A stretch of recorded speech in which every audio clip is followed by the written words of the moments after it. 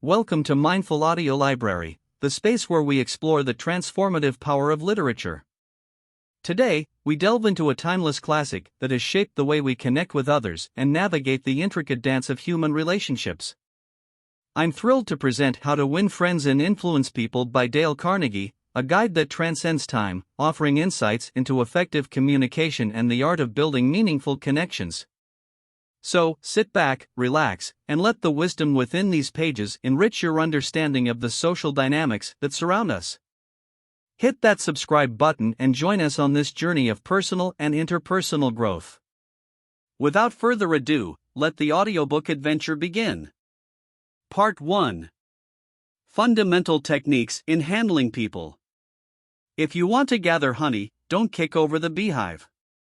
On May 7, 1931, the most sensational manhunt New York City had ever known had come to its climax. After weeks of search, Two-Gun Crowley, the killer, the gunman who didn't smoke or drink, was at bay, trapped in his sweetheart's apartment on West End Avenue. 150 policemen and detectives laid siege to his top-floor hideaway. They chopped holes in the roof. They tried to smoke out Crowley, the cop killer, with tear gas.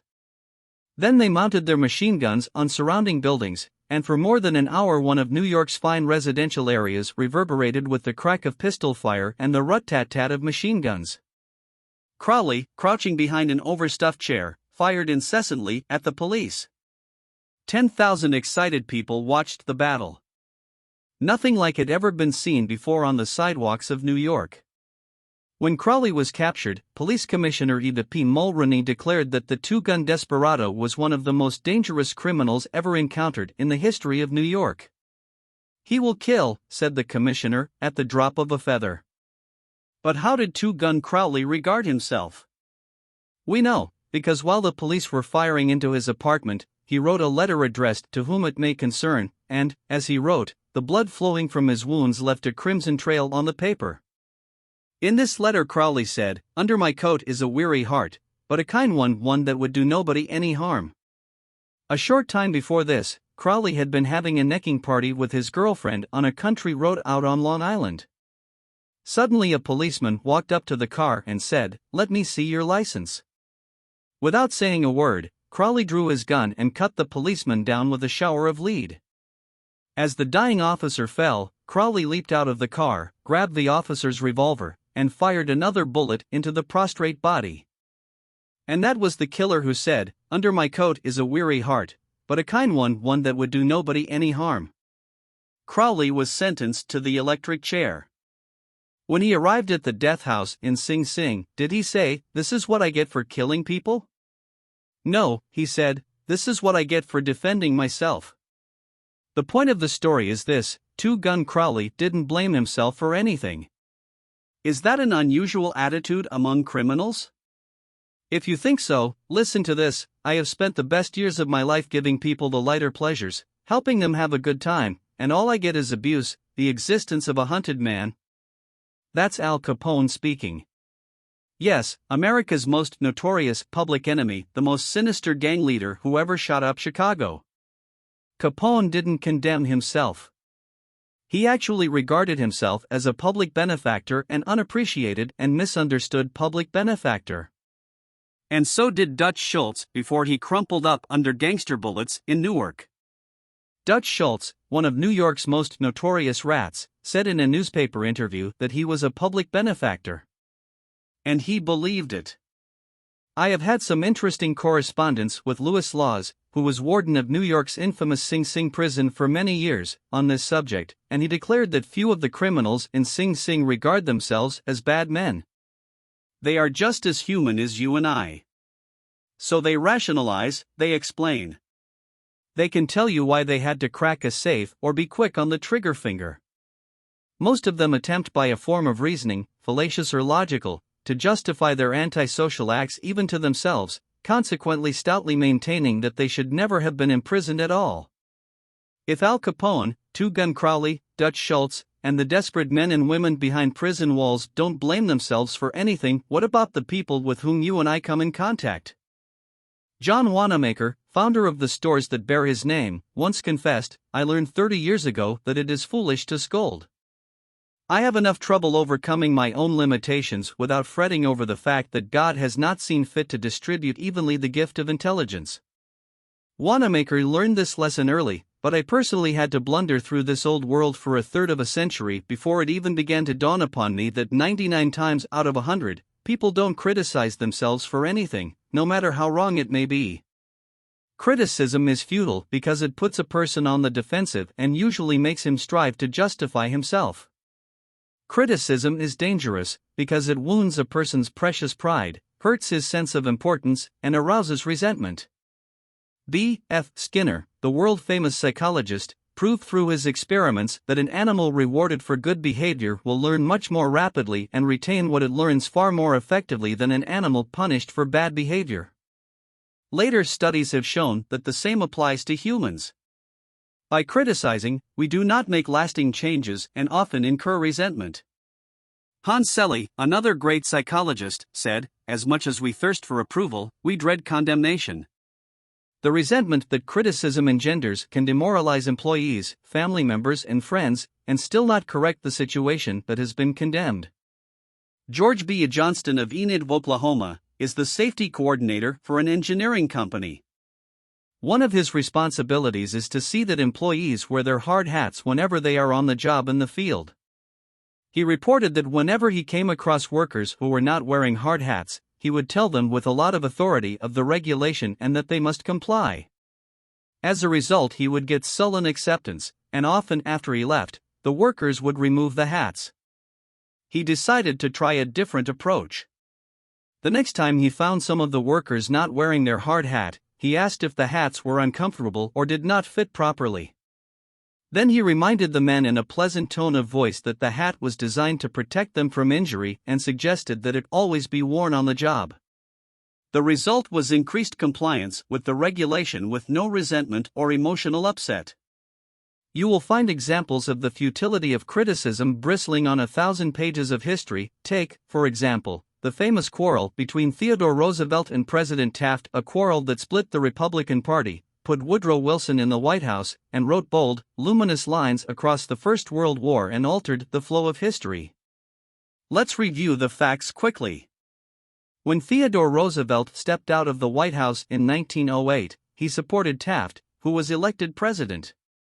Then Theodore Roosevelt went off to Africa to shoot lions. When he returned, he exploded.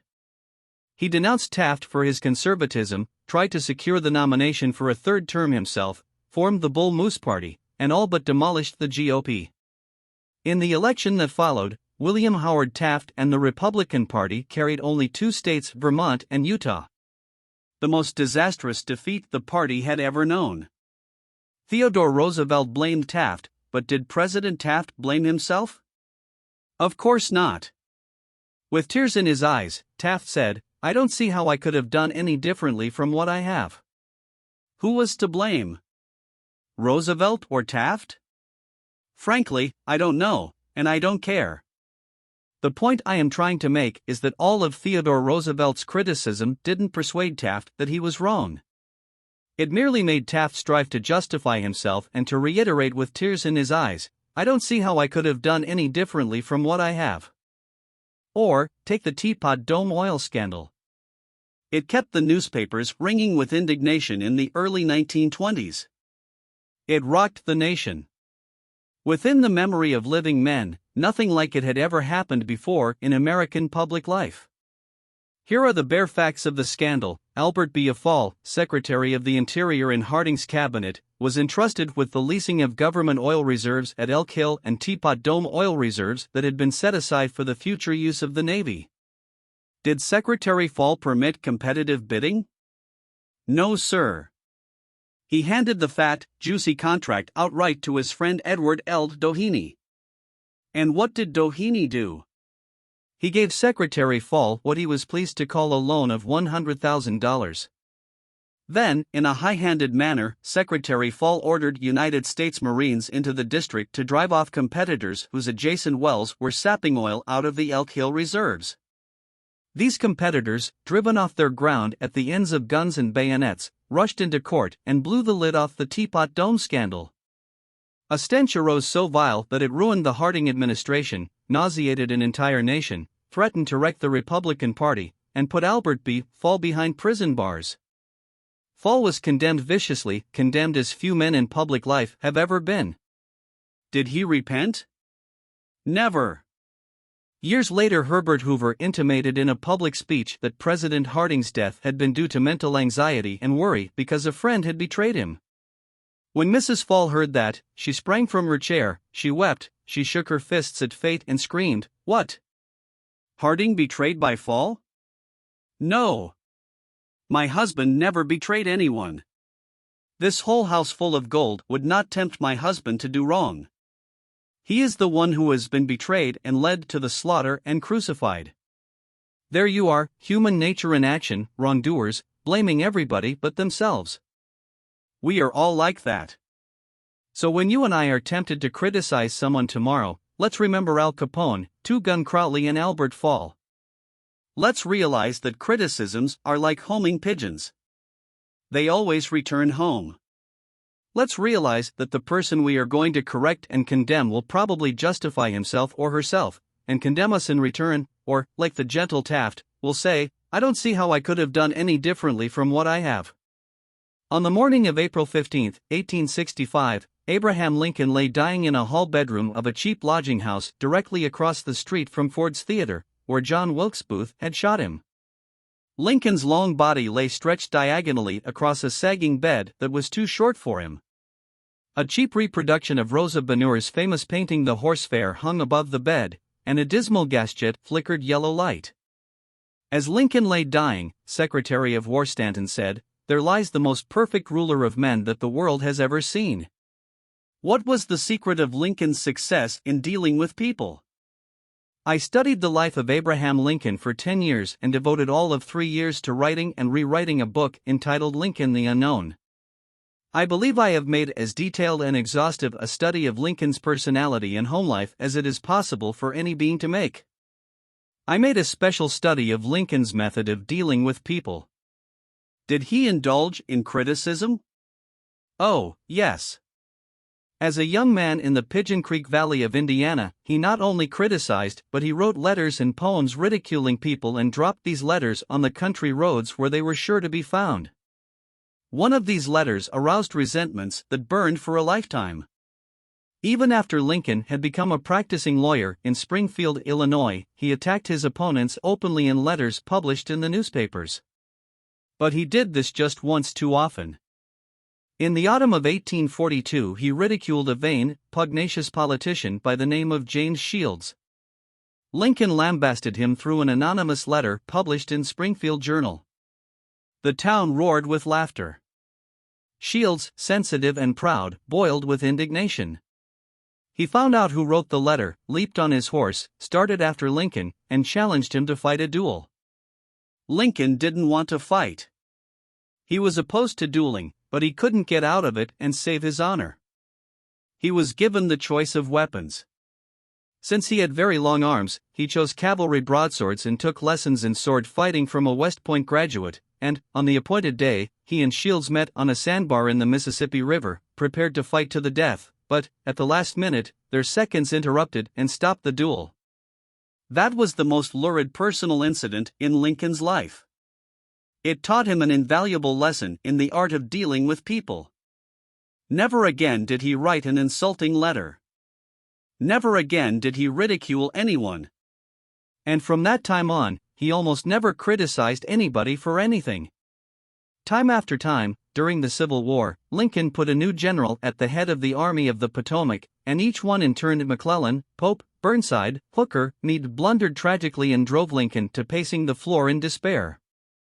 Half the nation savagely condemned these incompetent generals, but Lincoln, with malice toward none, with charity for all, held his peace. One of his favorite quotations was, "Judge not, that ye be not judged." And when Mrs. Lincoln and others spoke harshly of the Southern people, Lincoln replied, "Don't criticize them, they are just what we would be under similar circumstances." Yet if any man ever had occasion to criticize, surely it was Lincoln. Let's take just one illustration. The Battle of Gettysburg was fought during the first 3 days of July 1863. During the night of July 4th, Lee began to retreat southward while storm clouds deluged the country with rain. When Lee reached the Potomac with his defeated army, he found a swollen, impassable river in front of him and a victorious Union army behind him. Lee was in a trap. He couldn't escape. Lincoln saw that. Here was a golden, heaven-sent opportunity, the opportunity to capture Lee's army and end the war immediately. So, with a surge of high hope, Lincoln ordered Meade not to call a council of war but to attack Lee immediately. Lincoln telegraphed his orders and then sent a special messenger to Meade demanding immediate action. And what did General Meade do? He did the very opposite of what he was told to do. He called a council of war in direct violation of Lincoln's orders. He hesitated. He procrastinated. He telegraphed all manner of excuses. He refused point-blank to attack Lee. Finally, the waters receded and Lee escaped over the Potomac with his forces. Lincoln was furious. What does this mean? Lincoln cried to his son Robert. Great God! What does this mean? We had them within our grasp, and had only to stretch forth our hands and they were ours, yet nothing that I could say or do could make the army move. Under the circumstances, almost any general could have defeated Lee. If I had gone up there, I could have whipped him myself. In bitter disappointment, Lincoln sat down and wrote Meade this letter. And remember, at this period of his life Lincoln was extremely conservative and restrained in his phraseology. So this letter coming from Lincoln in 1863 was tantamount to the severest rebuke. My dear General, I do not believe you appreciate the magnitude of the misfortune involved in Lee's escape.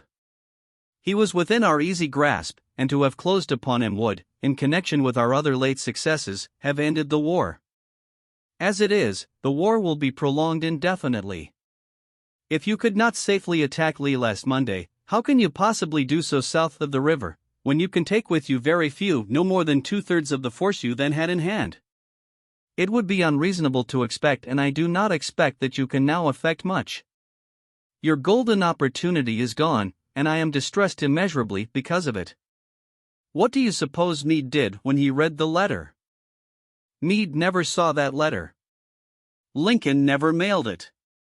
It was found among his papers after his death. My guess is, and this is only a guess, that after writing that letter, Lincoln looked out of the window and said to himself, "Just a minute. Maybe I ought not to be so hasty.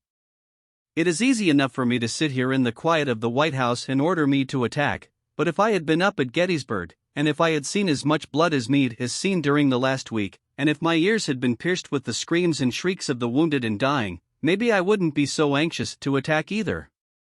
If I had Meade's timid temperament, perhaps I would have done just what he had done. Anyhow, it is water under the bridge now. If I send this letter, it will relieve my feelings, but it will make Meade try to justify himself. It will make him condemn me. It will arouse hard feelings, impair all his further usefulness as a commander, and perhaps force him to resign from the army." So, as I have already said, Lincoln put the letter aside, for he had learned by bitter experience that sharp criticisms and rebukes almost invariably end in futility.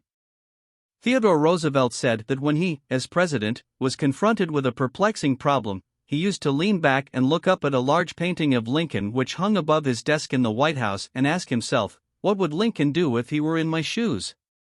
How would he solve this problem?" The next time we are tempted to admonish somebody, let's pull a $5 bill out of our pocket, look at Lincoln's picture on the bill, and ask, how would Lincoln handle this problem if he had it? Mark Twain lost his temper occasionally and wrote letters that turned the paper brown. For example, he once wrote to a man who had aroused his ire, "The thing for you is a burial permit. You have only to speak and I will see that you get it." On another occasion he wrote to an editor about a proofreader's attempts to improve my spelling and punctuation. He ordered, "Set the matter according to my copy hereafter and see that the proofreader retains his suggestions in the mush of his decayed brain." The writing of these stinging letters made Mark Twain feel better. They allowed him to blow off steam, and the letters didn't do any real harm, because Mark's wife secretly lifted them out of the mail.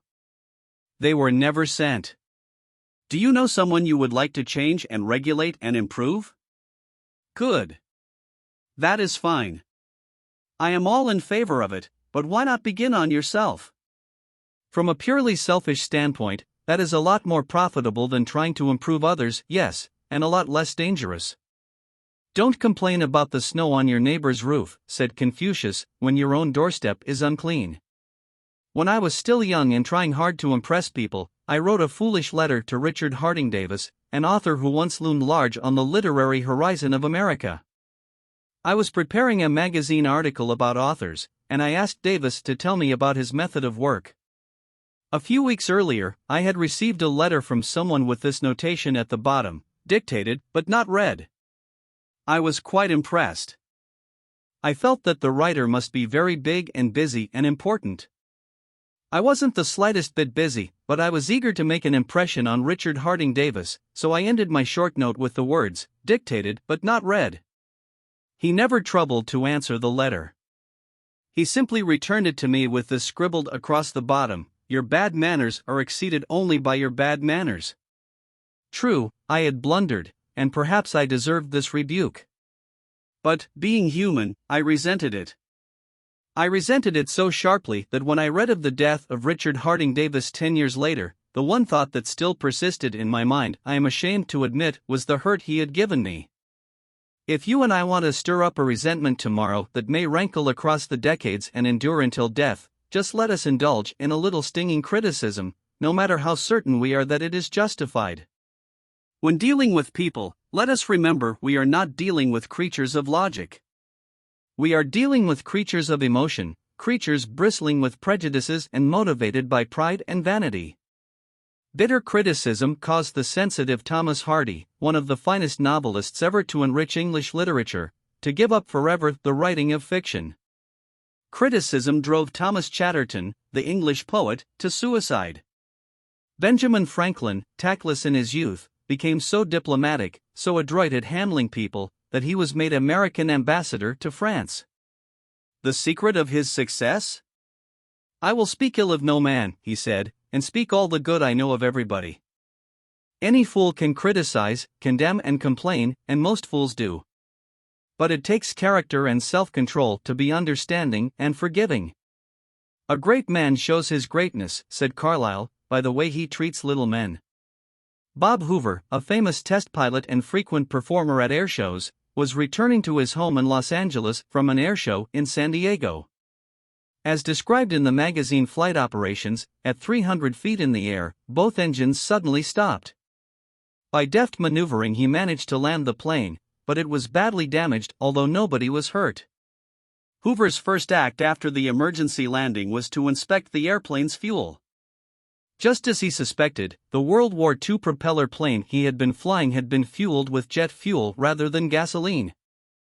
Upon returning to the airport, he asked to see the mechanic who had serviced his airplane. The young man was sick with the agony of his mistake. Tears streamed down his face as Hoover approached.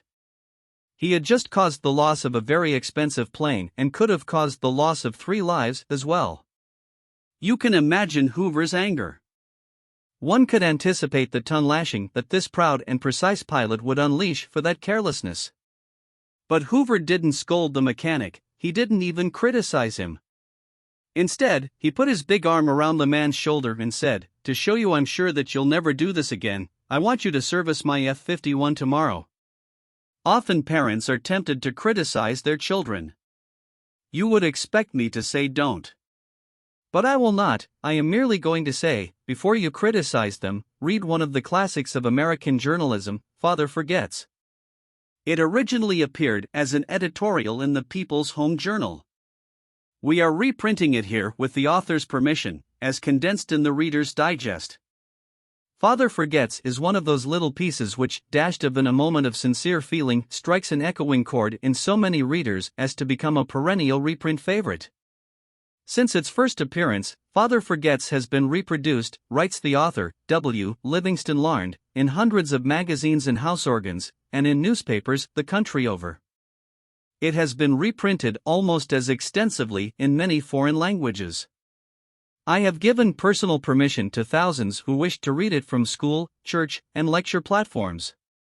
It has been on the air on countless occasions and programs. Oddly enough, college periodicals have used it, and high school magazines. Sometimes a little piece seems mysteriously to click. This one certainly did. Father forgets W. Livingston line. Listen, son, I am saying this as you lie asleep, one little paw crumpled under your cheek and the blonde curls stickily wet on your damp forehead. I have stolen into your room alone. Just a few minutes ago, as I sat reading my paper in the library, a stifling wave of remorse swept over me. Guiltily I came to your bedside. There are the things I was thinking, son. I had been cross to you. I scolded you as you were dressing for school because you gave your face merely a dab with a towel. I took you to task for not cleaning your shoes. I called out angrily when you threw some of your things on the floor.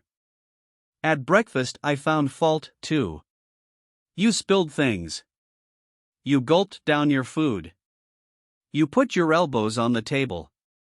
You spread butter too thick on your bread. And as you started off to play and I made for my train, you turned and waved a hand and called, "Goodbye, Daddy," and I frowned, and said in reply, "Hold your shoulders back." Then it began all over again in the late afternoon. As I came up the road I spied you, down on your knees, playing marbles. There were holes in your stockings. I humiliated you before your boyfriends by marching you ahead of me to the house. Stockings were expensive, and if you had to buy them you would be more careful. Imagine that, son, from a father. Do you remember, later, when I was reading in the library, how you came in timidly, with a sort of hurt look in your eyes? When I glanced up over my paper, impatient at the interruption, you hesitated at the door. "What is it you want?" I snapped. You said nothing, but ran across in one tempestuous plunge, and threw your arms around my neck and kissed me, and your small arms tightened with an affection that God had set blooming in your heart and which even neglect could not wither. And then you were gone, pattering up the stairs. Well, son, it was shortly afterwards that my paper slipped from my hands and a terrible sickening fear came over me.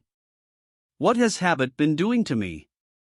The habit of finding fault, of reprimanding. This was my reward to you for being a boy. It was not that I did not love you, it was that I expected too much of youth. I was measuring you by the yardstick of my own years. And there was so much that was good and fine and true in your character. The little heart of you was as big as the dawn itself over the wide hills. This was shown by your spontaneous impulse to rush in and kiss me goodnight. Nothing else matters tonight, son. I have come to your bedside in the darkness, and I have knelt there, ashamed. It is a feeble atonement. I know you would not understand these things if I told them to you during your waking hours. But tomorrow I will be a real daddy.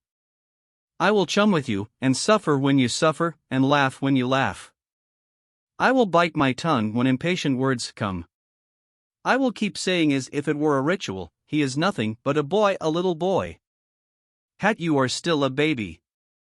Yesterday you were in your mother's arms, your head on her shoulder. I have asked too much, too much. Instead of condemning people, let's try to understand them. Let's try to figure out why they do what they do. That's a lot more profitable and intriguing than criticism, and it breeds sympathy, tolerance, and kindness. To know all is to forgive all. As Dr. Johnson said, God himself, sir, does not propose to judge man until the end of his days. Why should you and I? Principle 1. Don't criticize, condemn, or complain. 2. The big secret of dealing with people. There is only one way under high heaven to get anybody to do anything. Did you ever stop to think of that? Yes, just one way. And that is by making the other person want to do it. Remember, there is no other way. Of course, you can make someone want to give you his watch by sticking a revolver in his ribs. You can make your employees give you cooperation until your back is turned by threatening to fire them. You can make a child do what you want it to do by a whip or a threat. But these crude methods have sharply undesirable repercussions. The only way I can get you to do anything is by giving you what you want. What do you want? Sigmund Freud said that everything you and I do springs from two motives, the sex urge and the desire to be great. John Dewey, one of America's most profound philosophers, phrased it a bit differently. Dr. Dewey said that the deepest urge in human nature is the desire to be important. Remember that phrase, the desire to be important. It is significant. You are going to hear a lot about it in this book. What do you want? Not many things, but the few that you do wish, you crave with an insistence that will not be denied. Some of the things most people want include 1. Health and the preservation of life. 2. Food. 3. Sleep. 4. Money and the things money will buy. 5. Life and the hereafter. 6. Sexual gratification. 7. The well-being of our children. 8. A feeling of importance. Almost all these wants are usually gratified, all except one. But there is one longing almost as deep, almost as imperious, as the desire for food or sleep, which is seldom gratified. It is what Freud calls the desire to be great. It is what Dewey calls the desire to be important. Lincoln once began a letter saying, "Everybody likes a compliment." William James said, "The deepest principle in human nature is the craving to be appreciated." He didn't speak, mind you, of the wish or the desire or the longing to be appreciated. He said the craving to be appreciated. Here is a gnawing and unfaltering human hunger, and the rare individual who honestly satisfies this heart hunger will hold people in the palm of his or her hand, and even the undertaker will be sorry when he dies. The desire for a feeling of importance is one of the chief distinguishing differences between mankind and the animals. To illustrate, when I was a farm boy out in Missouri, my father bred fine Duroc Jersey hogs and pedigreed white-faced cattle. We used to exhibit our hogs and white-faced cattle at the country fairs and livestock shows throughout the Middle West. We won first prizes by the score. My father pinned his blue ribbons on a sheet of white muslin, and when friends or visitors came to the house, he would get out the long sheet of muslin. He would hold one end and I would hold the other while he exhibited the blue ribbons. The hogs didn't care about the ribbons they had won. But father did. These prizes gave him a feeling of importance. If our ancestors hadn't had this flaming urge for a feeling of importance, civilization would have been impossible. Without it, we should have been just about like animals. It was this desire for a feeling of importance that led an uneducated, poverty-stricken grocery clerk to study some law books he found in the bottom of a barrel of household plunder that he had bought for 50 cents. You have probably heard of this grocery clerk. His name was Lincoln. It was this desire for a feeling of importance that inspired Dickens to write his immortal novels. This desire inspired Sir Christopher Wren to design his symphonies in stone. This desire made Rockefeller amass millions that he never spent. And this same desire made the richest family in your town build a house far too large for its requirements. This desire makes you want to wear the latest styles, drive the latest cars, and talk about your brilliant children. It is this desire that lures many boys and girls into joining gangs and engaging in criminal activities. The average young criminal, according to Ed P. Mulrooney, one-time police commissioner of New York, is filled with ego, and his first request after arrest is for those lurid newspapers that make him out a hero. The disagreeable prospect of serving time seems remote so long as he can gloat over his likeness-sharing space with pictures of sports figures, movie and TV stars and politicians. If you tell me how you get your feeling of importance, I'll tell you what you are. That determines your character. That is the most significant thing about you.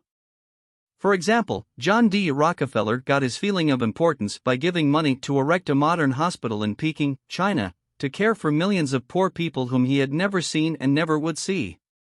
Dillinger, on the other hand, got his feeling of importance by being a bandit, a bank robber and killer.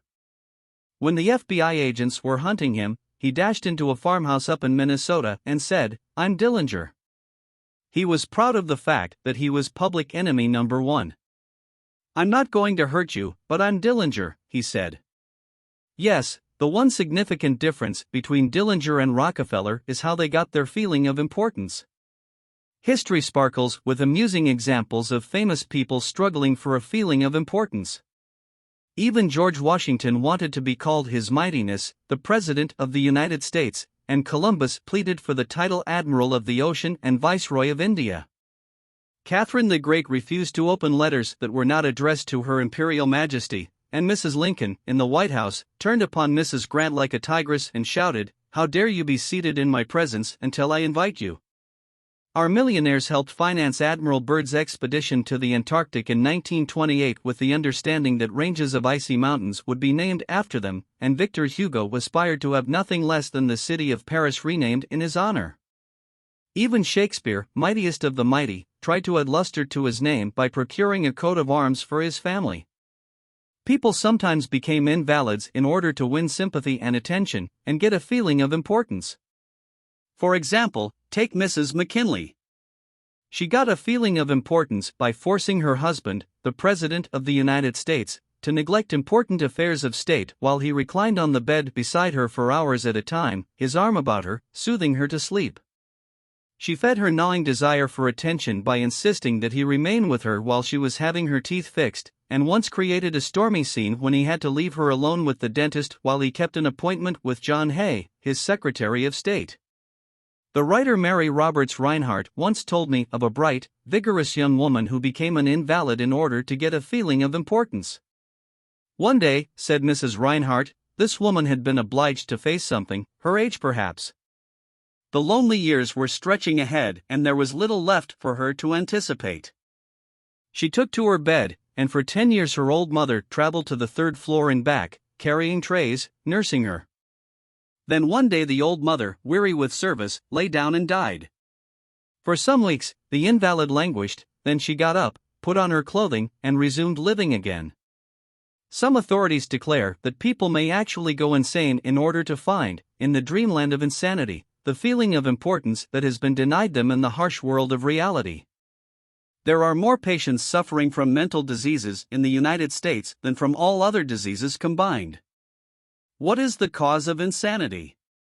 Nobody can answer such a sweeping question, but we know that certain diseases, such as syphilis, break down and destroy the brain cells and result in insanity. In fact, about 1/2 of all mental diseases can be attributed to such physical causes as brain lesions, alcohol, toxins, and injuries. But the other half, and this is the appalling part of the story, the other half of the people who go insane apparently have nothing organically wrong with their brain cells. In post-mortem examinations, when their brain tissues are studied under the highest-powered microscopes, these tissues are found to be apparently just as healthy as yours and mine. Why do these people go insane? I put that question to the head physician of one of our most important psychiatric hospitals. This doctor, who has received the highest honors and the most coveted awards for his knowledge of this subject, told me frankly that he didn't know why people went insane. Nobody knows for sure, but he did say that many people who go insane find in insanity a feeling of importance that they were unable to achieve in the world of reality. Then he told me this story. I have a patient right now whose marriage proved to be a tragedy. She wanted love, sexual gratification, children, and social prestige, but life blasted all her hopes. Her husband didn't love her. He refused even to eat with her and forced her to serve his meals in his room upstairs. She had no children, no social standing. She went insane, and, in her imagination, she divorced her husband and resumed her maiden name. She now believes she has married into English aristocracy, and she insists on being called Lady Smith. And as for children, she imagines now that she has had a new child every night. Each time I call on her she says, "Doctor, I had a baby last night." Life once wrecked all her dreamships on the sharp rocks of reality, but in the sunny, fantasy isles of insanity, all her barkentines race into port with canvas billowing and winds singing through the masts. Tragic? Oh, I don't know. Her physician said to me, if I could stretch out my hand and restore her sanity, I wouldn't do it.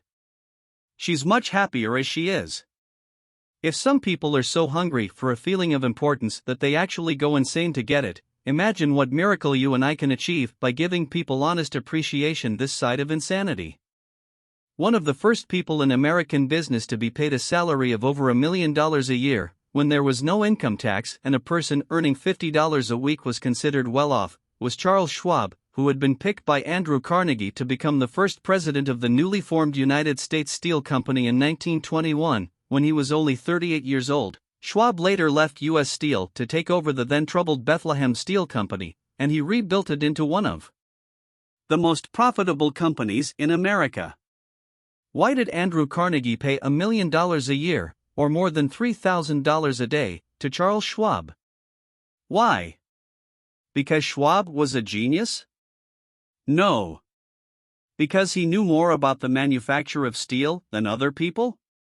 Nonsense. Charles Schwab told me himself that he had many men working for him who knew more about the manufacture of steel than he did. Schwab says that he was paid this salary largely because of his ability to deal with people. I asked him how he did it. Here is his secret set down in his own words, words that ought to be cast in eternal bronze and hung in every home and school, every shop and office in the land, words that children ought to memorize instead of wasting their time memorizing the conjugation of Latin verbs or the amount of the annual rainfall in Brazil, words that will all but transform your life and mine if we will only live them. I consider my ability to arouse enthusiasm among my people, said Schwab, the greatest asset I possess, and the way to develop the best that is in a person is by appreciation and encouragement.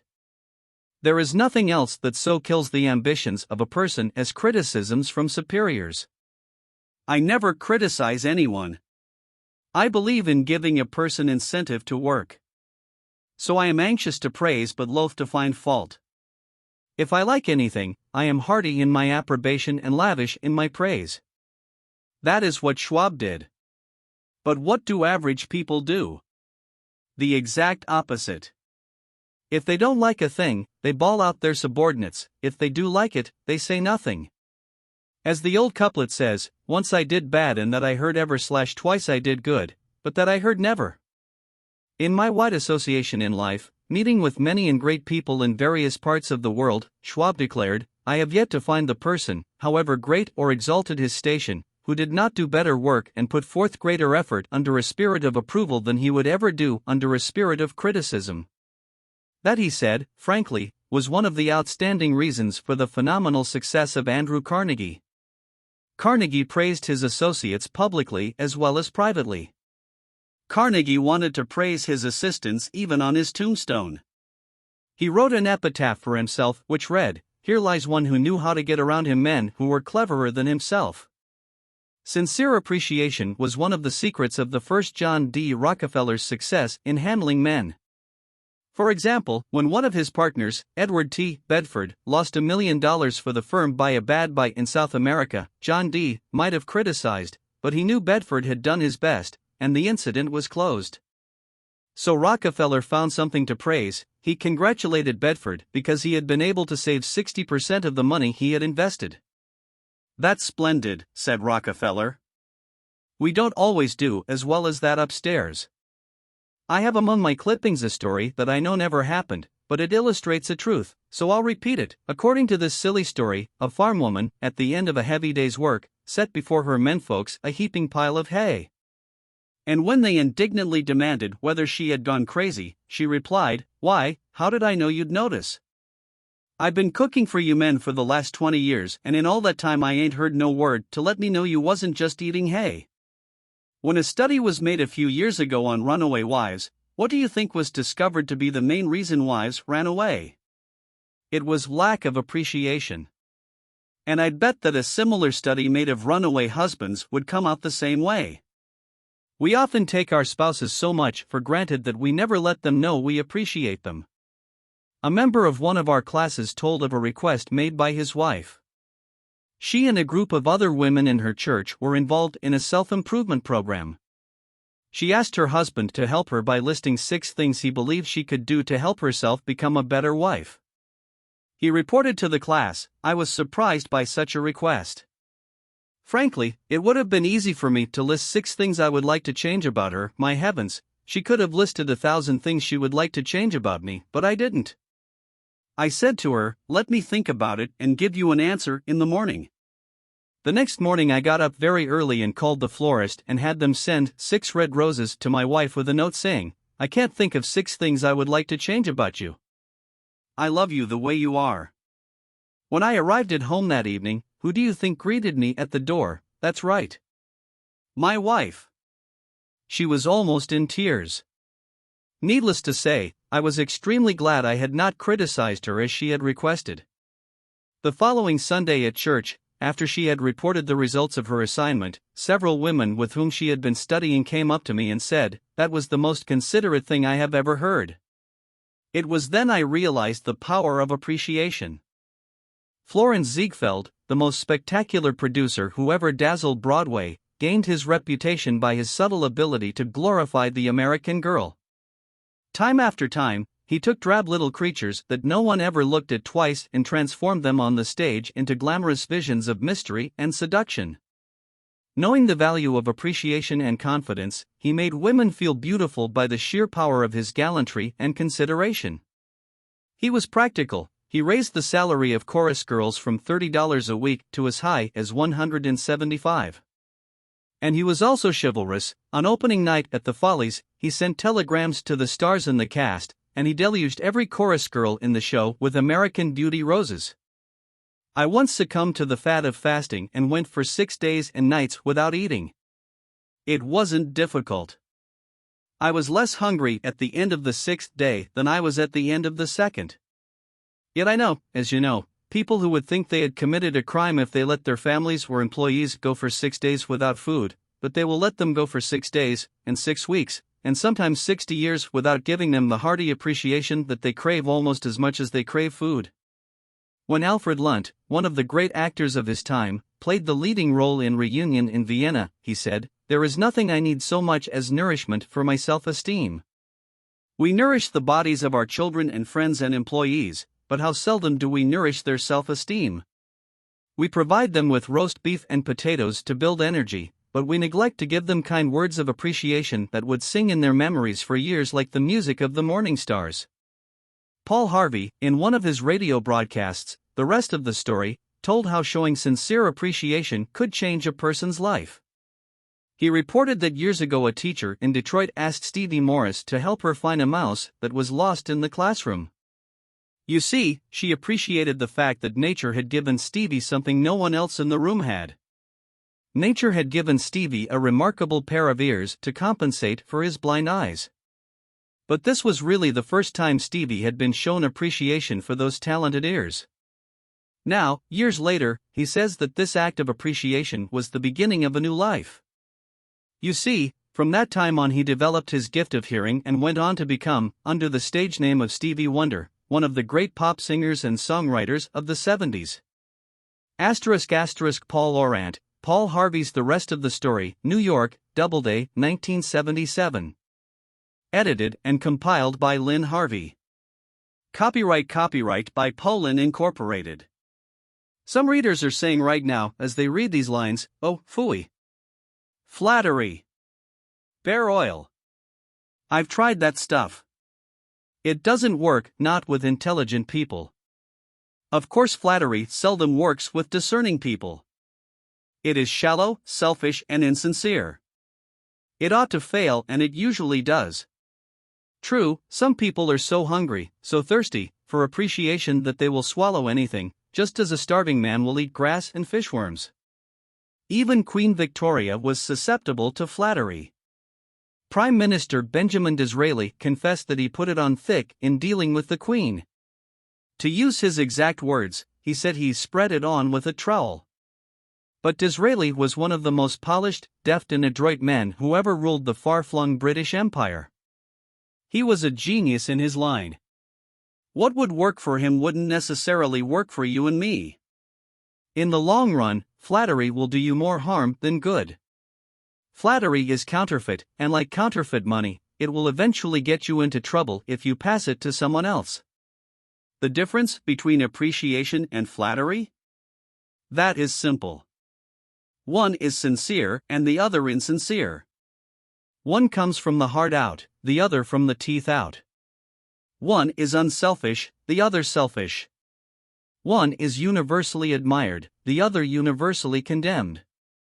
I recently saw a bust of Mexican hero General Alvaro Obregón in the Chapultepec Palace in Mexico City. Below the bust are carved these wise words from General Obregón's philosophy: don't be afraid of enemies who attack you. Be afraid of the friends who flatter you. No. No. No. I am not suggesting flattery. Far from it. I'm talking about a new way of life. Let me repeat. I am talking about a new way of life. King George V had a set of 6 maxims displayed on the walls of his study at Buckingham Palace. One of these maxims said, "Teach me neither to proffer nor receive cheap praise." That's all flattery is, cheap praise. I once read a definition of flattery that may be worth repeating. Flattery is telling the other person precisely what he thinks about himself. Use what language you will, said Ralph Waldo Emerson, you can never say anything but what you are. If all we had to do was flatter, everybody would catch on and we should all be experts in human relations. When we are not engaged in thinking about some definite problem, we usually spend about 95% of our time thinking about ourselves. Now, if we stop thinking about ourselves for a while and begin to think of the other person's good points, we won't have to resort to flatteries so cheap and false that it can be spotted almost before it is out of the mouth. One of the most neglected virtues of our daily existence is appreciation. Somehow, we neglect to praise our son or daughter when he or she brings home a good report card, and we fail to encourage our children when they first succeed in baking a cake or building a birdhouse. Nothing pleases children more than this kind of parental interest and approval. The next time you enjoy filet mignon at the club, send word to the chef that it was excellently prepared, and when a tired salesperson shows you unusual courtesy, please mention it. Every minister, lecturer, and public speaker knows the discouragement of pouring himself or herself out to an audience and not receiving a single ripple of appreciative comment. What applies to professionals applies doubly to workers in offices, shops, and factories, and our families and friends. In our interpersonal relations, we should never forget that all our associates are human beings and hunger for appreciation. It is the legal tender that all souls enjoy.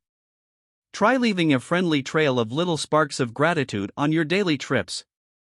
You will be surprised how they will set small flames of friendship that will be rose beacons on your next visit. Pamela Dunham of New Fairfield, Connecticut, had among her responsibilities on her job the supervision of a janitor who was doing a very poor job. The other employees would jeer at him and litter the hallways to show him what a bad job he was doing.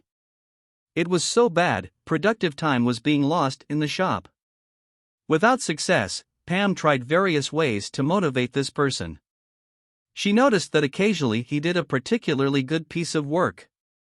She made a point to praise him for it in front of the other people. Each day the job he did all around got better, and pretty soon he started doing all his work efficiently. Now he does an excellent job and other people give him appreciation and recognition. Honest appreciation got results where criticism and ridicule failed. Hurting people not only does not change them, it is never called for. There is an old saying that I have cut out and pasted on my mirror where I cannot help but see it every day: I shall pass this way but once. Any good, therefore, that I can do or any kindness that I can show to any human being, let me do it now. Let me not defer nor neglect it, for I shall not pass this way again. Emerson said, "Every man I meet is my superior in some way, in that I learn of him." If that was true of Emerson, isn't it likely to be 1,000 times more true of you and me? Let's cease thinking of our accomplishments, our wants. Let's try to figure out the other person's good points. Then forget flattery. Give honest, sincere appreciation. Be hearty in your approbation and lavish in your praise, and people will cherish your words and treasure them and repeat them over a lifetime, repeat them years after you have forgotten them. Principle 2. Give honest and sincere appreciation. 3. He who can do this has the whole world with him. He who cannot walks a lonely way. I often went fishing up in Maine during the summer. Personally, I am very fond of strawberries and cream, but I have found that for some strange reason, fish prefer worms. So when I went fishing, I didn't think about what I wanted. I thought about what they wanted. I didn't bait the hook with strawberries and cream. Rather, I dangled a worm or a grasshopper in front of the fish and said, "Wouldn't you like to have that?" Why not use the same common sense when fishing for people? That is what Lloyd George, Great Britain's Prime Minister during World War I, did. When someone asked him how he managed to stay in power after the other wartime leaders, Wilson, Orlando, and Clemenceau, had been forgotten, he replied that if his staying on top might be attributed to any one thing, it would be to his having learned that it was necessary to bait the hook to suit the fish. Why talk about what we want? That is childish. Absurd. Of course, you are interested in what you want. You are eternally interested in it. But no one else is. The rest of us are just like you, we are interested in what we want. So the only way on earth to influence other people is to talk about what they want and show them how to get it. Remember that tomorrow when you are trying to get somebody to do something. If, for example, you don't want your children to smoke, don't preach at them, and don't talk about what you want, but show them that cigarettes may keep them from making the basketball team or winning the 100-yard dash. This is a good thing to remember regardless of whether you are dealing with children or calves or chimpanzees. For example, one day Ralph Waldo Emerson and his son tried to get a calf into the barn. But they made the common mistake of thinking only of what they wanted. Emerson pushed and his son pulled. But the calf was doing just what they were doing, he was thinking only of what he wanted, so he stiffened his legs and stubbornly refused to leave the pasture. The Irish housemaid saw their predicament. She couldn't write essays and books, but, on this occasion at least, she had more horse sense, or calf sense, than Emerson had. She thought of what the calf wanted, so she put her maternal finger in the calf's mouth and let the calf suck her finger as she gently led him into the barn. Every act you have ever performed since the day you were born was performed because you wanted something. How about the time you gave a large contribution to the Red Cross? Yes, that is no exception to the rule. You gave the Red Cross the donation because you wanted to lend a helping hand, you wanted to do a beautiful, unselfish, divine act. Inasmuch as ye have done it unto one of the least of these my brethren, ye have done it unto me. If you hadn't wanted that feeling more than you wanted your money, you would not have made the contribution. Of course, you might have made the contribution because you were ashamed to refuse or because a customer asked you to do it. But one thing is certain. You made the contribution because you wanted something. Harry A. Overstreet in his illuminating book Influencing Human Behavior said, "Action springs out of what we fundamentally desire, and the best piece of advice which can be given to would-be persuaders, whether in business, in the home, in the school, in politics, is, first, arouse in the other person an eager want. He who can do this has the whole world with him. He who cannot walks a lonely way." Andrew Carnegie, the poverty-stricken Scotch lad who started to work at 2 cents an hour and finally gave away $365 million, learned early in life that the only way to influence people is to talk in terms of what the other person wants. He attended school only 4 years, yet he learned how to handle people. To illustrate, his sister-in-law was worried sick over her 2 boys. They were at Yale, and they were so busy with their own affairs that they neglected to write home and paid no attention whatever to their mother's frantic letters. Then Carnegie offered to wager $100 that he could get an answer by return mail, without even asking for it. Someone called his bet, so he wrote his nephews a chatty letter, mentioning casually in a postscript that he was sending each one a $5 bill. He neglected, however, to enclose the money. Back came replies by return mail thanking dear Uncle Andrew for his kind note, and you can finish the sentence yourself. Another example of persuading comes from Stan Novak of Cleveland, Ohio, a participant in our course. Stan came home from work one evening to find his youngest son, Tim, kicking and screaming on the living room floor. He was to start kindergarten the next day and was protesting that he would not go.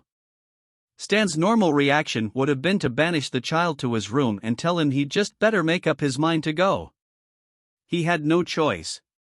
But tonight, recognizing that this would not really help Tim start kindergarten in the best frame of mind, Stan sat down and thought, if I were Tim, why would I be excited about going to kindergarten? He and his wife made a list of all the fun things Tim would do, such as finger painting, singing songs, making new friends. Then they put them into action. We all started finger painting on the kitchen table, my wife, Lil, my other son Bob, and myself, all having fun. Soon Tim was peeping around the corner.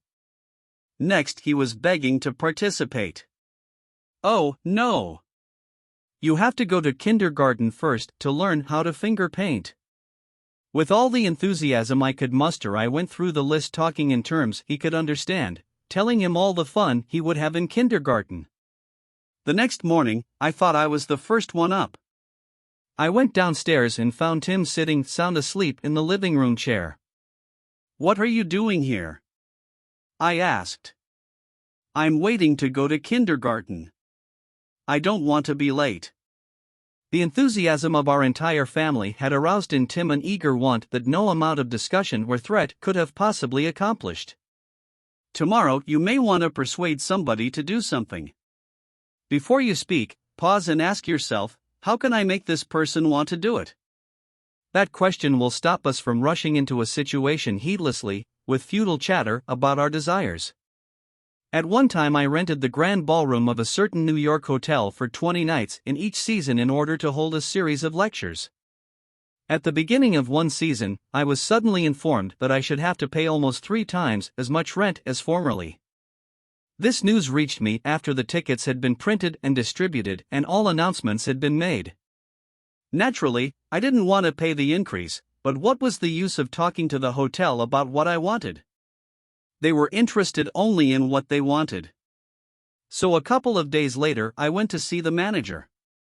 "I was a bit shocked when I got your letter," I said, "but I don't blame you at all. If I had been in your position, I should probably have written a similar letter myself. Your duty as the manager of the hotel is to make all the profit possible. If you don't do that, you will be fired, and you ought to be fired. Now, let's take a piece of paper and write down the advantages and the disadvantages that will accrue to you if you insist on this increase in rent." Then I took a letterhead and ran a line through the center and headed one column advantages and the other column disadvantages. I wrote down under the head advantages these words, "ballroom free." Then I went on to say, "You will have the advantage of having the ballroom free to rent for dances and conventions. That is a big advantage, for affairs like that will pay you much more than you can get for a series of lectures. If I tie your ballroom up for 20 nights during the course of the season, it is sure to mean a loss of some very profitable business to you. Now, let's consider the disadvantages. First, instead of increasing your income from me, you are going to decrease it. In fact, you are going to wipe it out because I cannot pay the rent you are asking. I shall be forced to hold these lectures at some other place. There's another disadvantage to you also. These lectures attract crowds of educated and cultured people to your hotel. That is good advertising for you, isn't it? In fact, if you spent $5,000 advertising in the newspapers, you couldn't bring as many people to look at your hotel as I can bring by these lectures. That is worth a lot to a hotel, isn't it?" As I talked, I wrote these 2 disadvantages under the proper heading, and handed the sheet of paper to the manager, saying, "I wish you would carefully consider both the advantages and disadvantages that are going to accrue to you and then give me your final decision." I received a letter the next day, informing me that my rent would be increased only 50% instead of 300%. Mind you, I got this reduction without saying a word about what I wanted. I talked all the time about what the other person wanted and how he could get it. Suppose I had done the human, natural thing. Suppose I had stormed into his office and said, "What do you mean by raising my rent 300% when you know the tickets have been printed and the announcements made? 300%. Ridiculous. Absurd. I won't pay it." What would have happened then? An argument would have begun to steam and boil and sputter, and you know how arguments end. Even if I had convinced him that he was wrong, his pride would have made it difficult for him to back down and give in. Here is one of the best bits of advice ever given about the fine art of human relationships. "If there is any one secret of success," said Henry Ford, "it lies in the ability to get the other person's point of view and see things from that person's angle as well as from your own."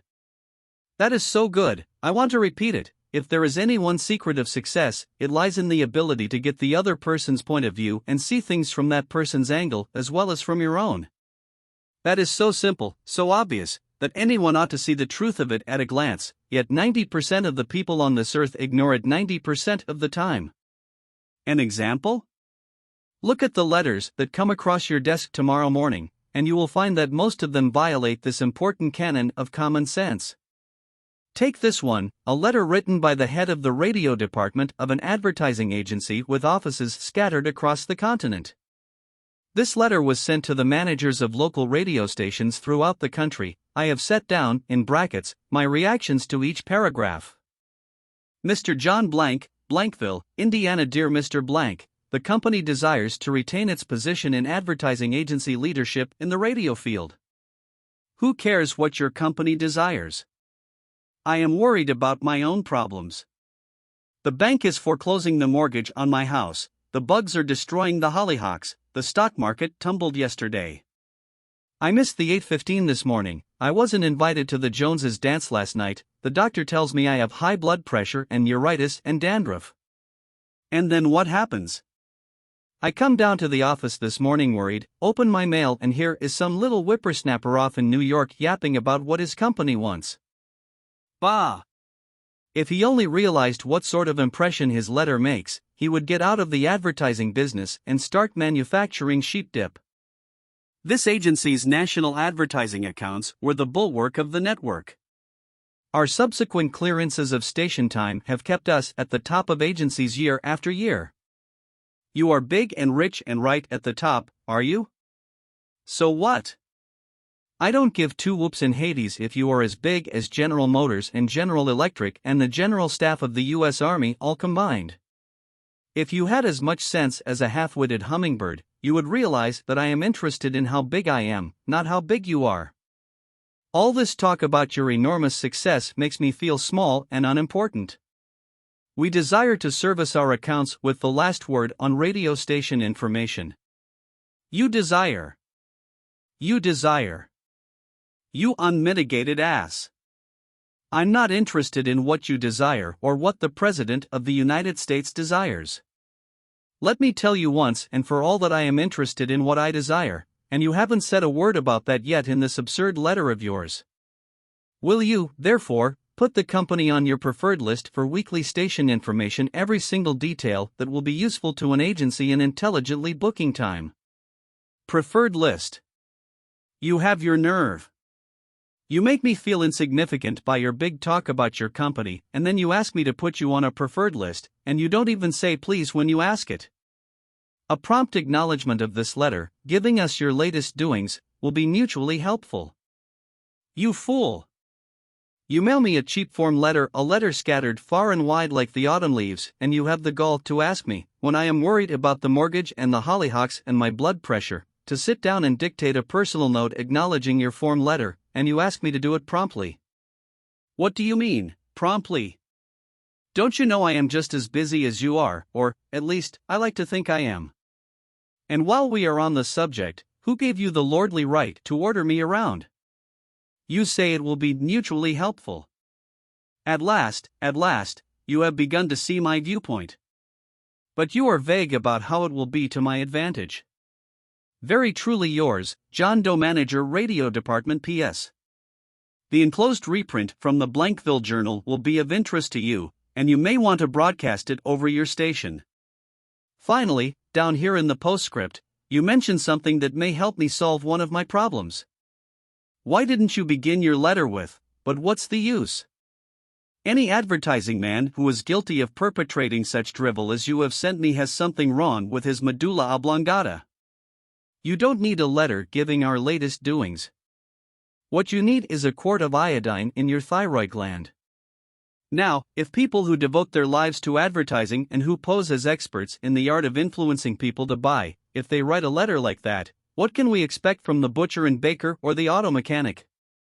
Here is another letter, written by the superintendent of a large freight terminal to a student of this course, Edward Vermeulen. What effect did this letter have on the man to whom it was addressed? Read it and then I'll tell you. Azarregas Sons Incorporated 28, Front Street, Brooklyn, New York, 11201. Attention, Mr. Edward Vermeulen. Gentlemen, the operations at our outbound rail receiving station are handicapped because a material percentage of the total business is delivered us in the late afternoon. This condition results in congestion, overtime on the part of our forces, delays to trucks, and in some cases delays to freight. On November 10th, we received from your company a lot of 510 pieces, which reached here at 4:20 p.m. We solicit your cooperation toward overcoming the undesirable effects arising from late receipt of freight. May we ask that, on days on which you ship the volume which was received on the above date, effort be made either to get the truck here earlier or to deliver us part of the freight during the morning? The advantage that would accrue to you under such an arrangement would be that of more expeditious discharge of your trucks and the assurance that your business would go forward on the date of its receipt. Very truly yours, J.B. Superintendent. After reading this letter, Mr. Vermeulen, sales manager for Azarregas Sons Incorporated, sent it to me with the following comment: this letter had the reverse effect from that which was intended.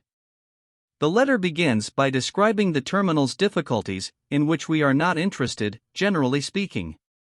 Our cooperation is then requested without any thought as to whether it would inconvenience us, and then, finally, in the last paragraph, the fact is mentioned that if we do cooperate it will mean more expeditious discharge of our trucks with the assurance that our freight will go forward on the date of its receipt. In other words, that in which we are most interested is mentioned last, and the whole effect is one of raising a spirit of antagonism rather than of cooperation. Let's see if we can't rewrite and improve this letter. Let's not waste any time talking about our problems. As Henry Ford admonishes, let's get the other person's point of view and see things from his or her angle, as well as from our own. Here is one way of revising the letter. It may not be the best way, but isn't it an improvement?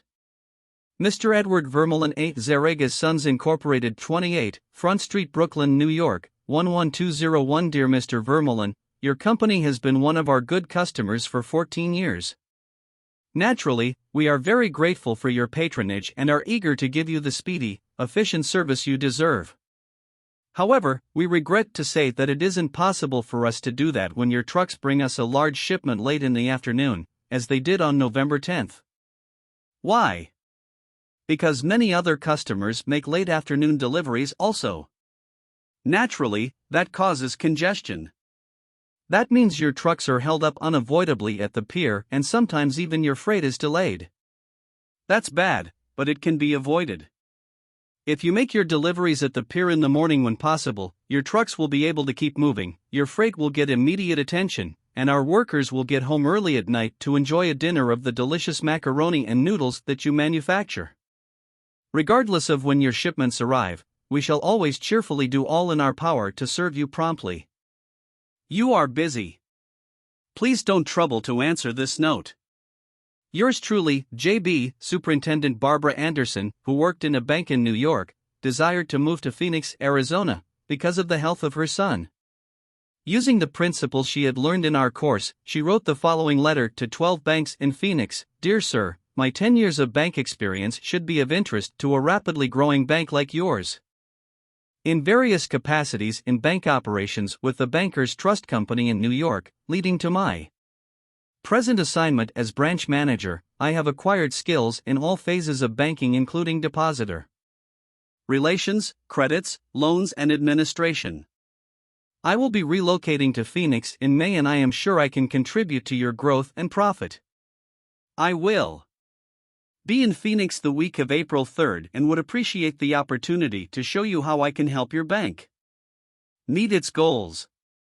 Sincerely, Barbara L. Anderson. Do you think Mrs. Anderson received any response from that letter? 11 of the 12 banks invited her to be interviewed, and she had a choice of which bank's offer to accept. Why? Mrs. Anderson did not state what she wanted, but wrote in the letter how she could help them and focused on their wants, not her own. Thousands of salespeople are pounding the pavements today, tired, discouraged, and underpaid. Why? Because they are always thinking only of what they want. They don't realize that neither you nor I want to buy anything. If we did, we would go out and buy it. But both of us are eternally interested in solving our problems. And if salespeople can show us how their services or merchandise will help us solve our problems, they won't need to sell us. We'll buy. And customers like to feel that they are buying, not being sold. Yet many salespeople spend a lifetime in selling without seeing things from the customer's angle. 4. Example: for many years I lived in Forest Hills, a little community of private homes in the center of Greater New York. One day, as I was rushing to the station, I chanced to meet a real estate operator who had bought and sold property in that area for many years. He knew Forest Hills well, so I hurriedly asked him whether or not my stucco house was built with metal lath or hollow tile. He said he didn't know and told me what I already knew: that I could find out by calling the Forest Hills Garden Association. The following morning, I received a letter from him. Did he give me the information I wanted? He could have gotten it in 60 seconds by a telephone call. But he didn't. He told me again that I could get it by telephoning, and then asked me to let him handle my insurance. He was not interested in helping me. He was interested only in helping himself. J. Howard Lucas of Birmingham, Alabama, tells how two salespeople from the same company handled the same type of situation. He reported, "Several years ago, I was on the management team of a small company. Headquartered near us was the district office of a large insurance company. Their agents were assigned territories, and our company was assigned to two agents, whom I shall refer to as Carl and John. One morning, Carl dropped by our office and casually mentioned that his company had just introduced a new life insurance policy for executives and thought we might be interested later on, and he would get back to us when he had more information on it. The same day, John saw us on the sidewalk while returning from a coffee break, and he shouted, 'Hey, Luke, hold up, I have some great news for you fellows.' He hurried over and very excitedly told us about an executive life insurance policy his company had introduced that very day. It was the same policy that Carl had casually mentioned. He wanted us to have one of the first issued. He gave us a few important facts about the coverage and ended saying, 'The policy is so new, I'm going to have someone from the home office come out tomorrow and explain it. Now, in the meantime, let's get the application signed and on the way so he can have more information to work with.' His enthusiasm aroused in us an eager want for this policy, even though we still did not have details. When they were made available to us, they confirmed John's initial understanding of the policy, and he not only sold each of us a policy, but later doubled our coverage. Carl could have had those sales, but he made no effort to arouse in us any desire for the policies. The world is full of people who are grabbing and self-seeking. So the rare individual who unselfishly tries to serve others has an enormous advantage. He has little competition. O.N.D. Young, a noted lawyer and one of America's great business leaders, once said, "People who can put themselves in the place of other people, who can understand the workings of their minds, need never worry about what the future has in store for them."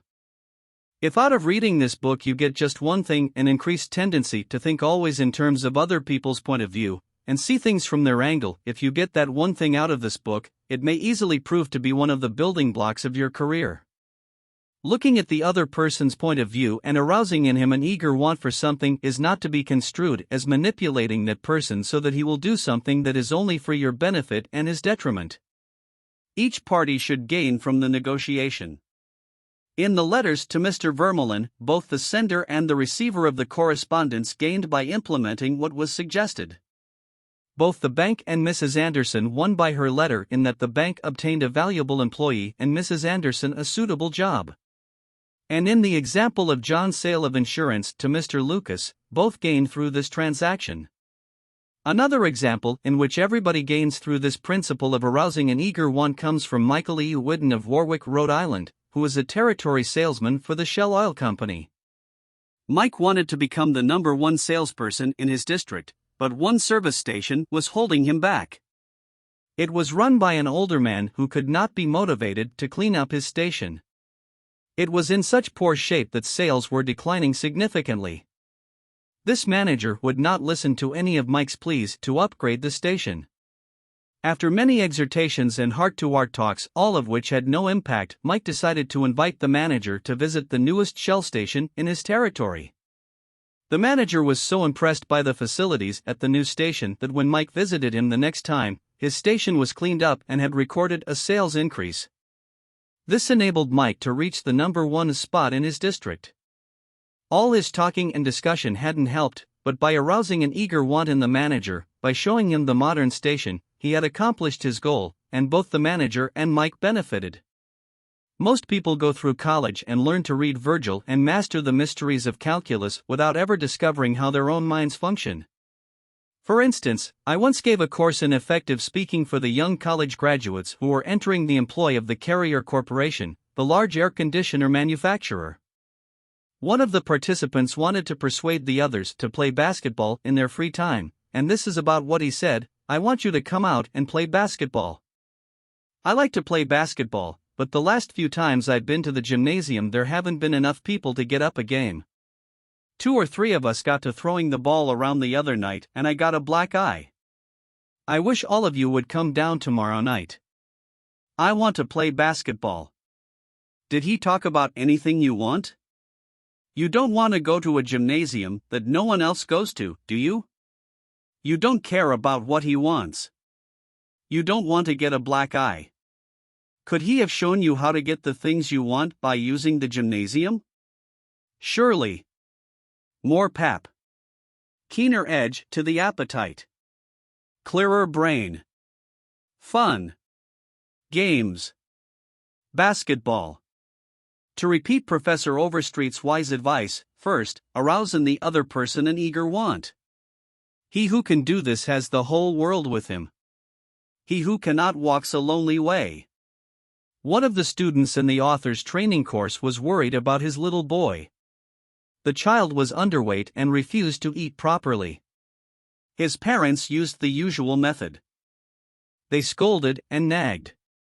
Mother wants you to eat this and that. Father wants you to grow up to be a big man. Did the boy pay any attention to these pleas? Just about as much as you pay to one fleck of sand on a sandy beach. No one with a trace of horse sense would expect a child 3 years old to react to the viewpoint of a father 30 years old. Yet that was precisely what that father had expected. It was absurd. He finally saw that. So he said to himself, "What does that boy want? How can I tie up what I want to what he wants?" It was easy for the father when he started thinking about it. His boy had a tricycle that he loved to ride up and down the sidewalk in front of the house in Brooklyn. A few doors down the street lived a bully, a bigger boy who would pull the little boy off his tricycle and ride it himself. Others think it is ours, why not let them cook and stir the idea themselves? They will then regard it as their own, they will like it and maybe eat a couple of helpings of it. Remember, first, arouse in the other person an eager want. He who can do this has the whole world with him. He who cannot walks a lonely way. Principle 3. Arouse in the other person an eager want. Part 2. 6 ways to make people like you. 4. Do this and you'll be welcome anywhere. Why read this book to find out how to win friends? Why not study the technique of the greatest winner of friends the world has ever known? Who is he? You may meet him tomorrow coming down the street. When you get within 10 feet of him, he will begin to wag his tail. If you stop and pat him, he will almost jump out of his skin to show you how much he likes you. And you know that behind the show of affection on his part, there are no ulterior motives. He doesn't want to sell you any real estate, and he doesn't want to marry you. Did you ever stop to think that a dog is the only animal that doesn't have to work for a living? A hen has to lay eggs, a cow has to give milk, and a canary has to sing. But a dog makes his living by giving you nothing but love. When I was 5 years old, my father bought a little yellow-haired pup for 50 cents. He was the light and joy of my childhood. Every afternoon about 4:30, he would sit in the front yard with his beautiful eyes staring steadfastly at the path, and as soon as he heard my voice or saw me swinging my dinner pail through the buckbrush, he was off like a shot, racing breathlessly up the hill to greet me with leaps of joy and barks of sheer ecstasy. Tippy was my constant companion for 5 years. Then one tragic night, I shall never forget it, he was killed within 10 feet of my head, killed by lightning. Tippy's death was the tragedy of my boyhood. You never read a book on psychology, Tippy. You didn't need to. You knew by some divine instinct that you can make more friends in 2 months by becoming genuinely interested in other people than you can in 2 years by trying to get other people interested in you. Let me repeat that. You can make more friends in 2 months by becoming interested in other people than you can in 2 years by trying to get other people interested in you. Yet I know and you know people who blunder through life trying to wigwag other people into becoming interested in them. Of course, it doesn't work. People are not interested in you. They are not interested in me. They are interested in themselves, morning, noon, and after dinner. The New York Telephone Company made a detailed study of telephone conversations to find out which word is the most frequently used. You have guessed it, it is the personal pronoun I. I fly. It was used 3,900 times in 500 telephone conversations. I fly. I fly. When you see a group photograph that you are in, whose picture do you look for first? If we merely try to impress people and get people interested in us, we will never have many true, sincere friends. Friends, real friends, are not made that way. Napoleon tried it, and in his last meeting with Josephine he said, "Josephine, I have been as fortunate as any man ever was on this earth, and yet, at this hour, you are the only person in the world on whom I can rely." And historians doubt whether he could rely even on her. Alfred Adler, the famous Viennese psychologist, wrote a book entitled What Life Should Mean to You. In that book he says, it is the individual who is not interested in his fellow men who has the greatest difficulties in life and provides the greatest injury to others. It is from among such individuals that all human failures spring. You may read scores of erudite tomes on psychology without coming across a statement more significant for you and for me.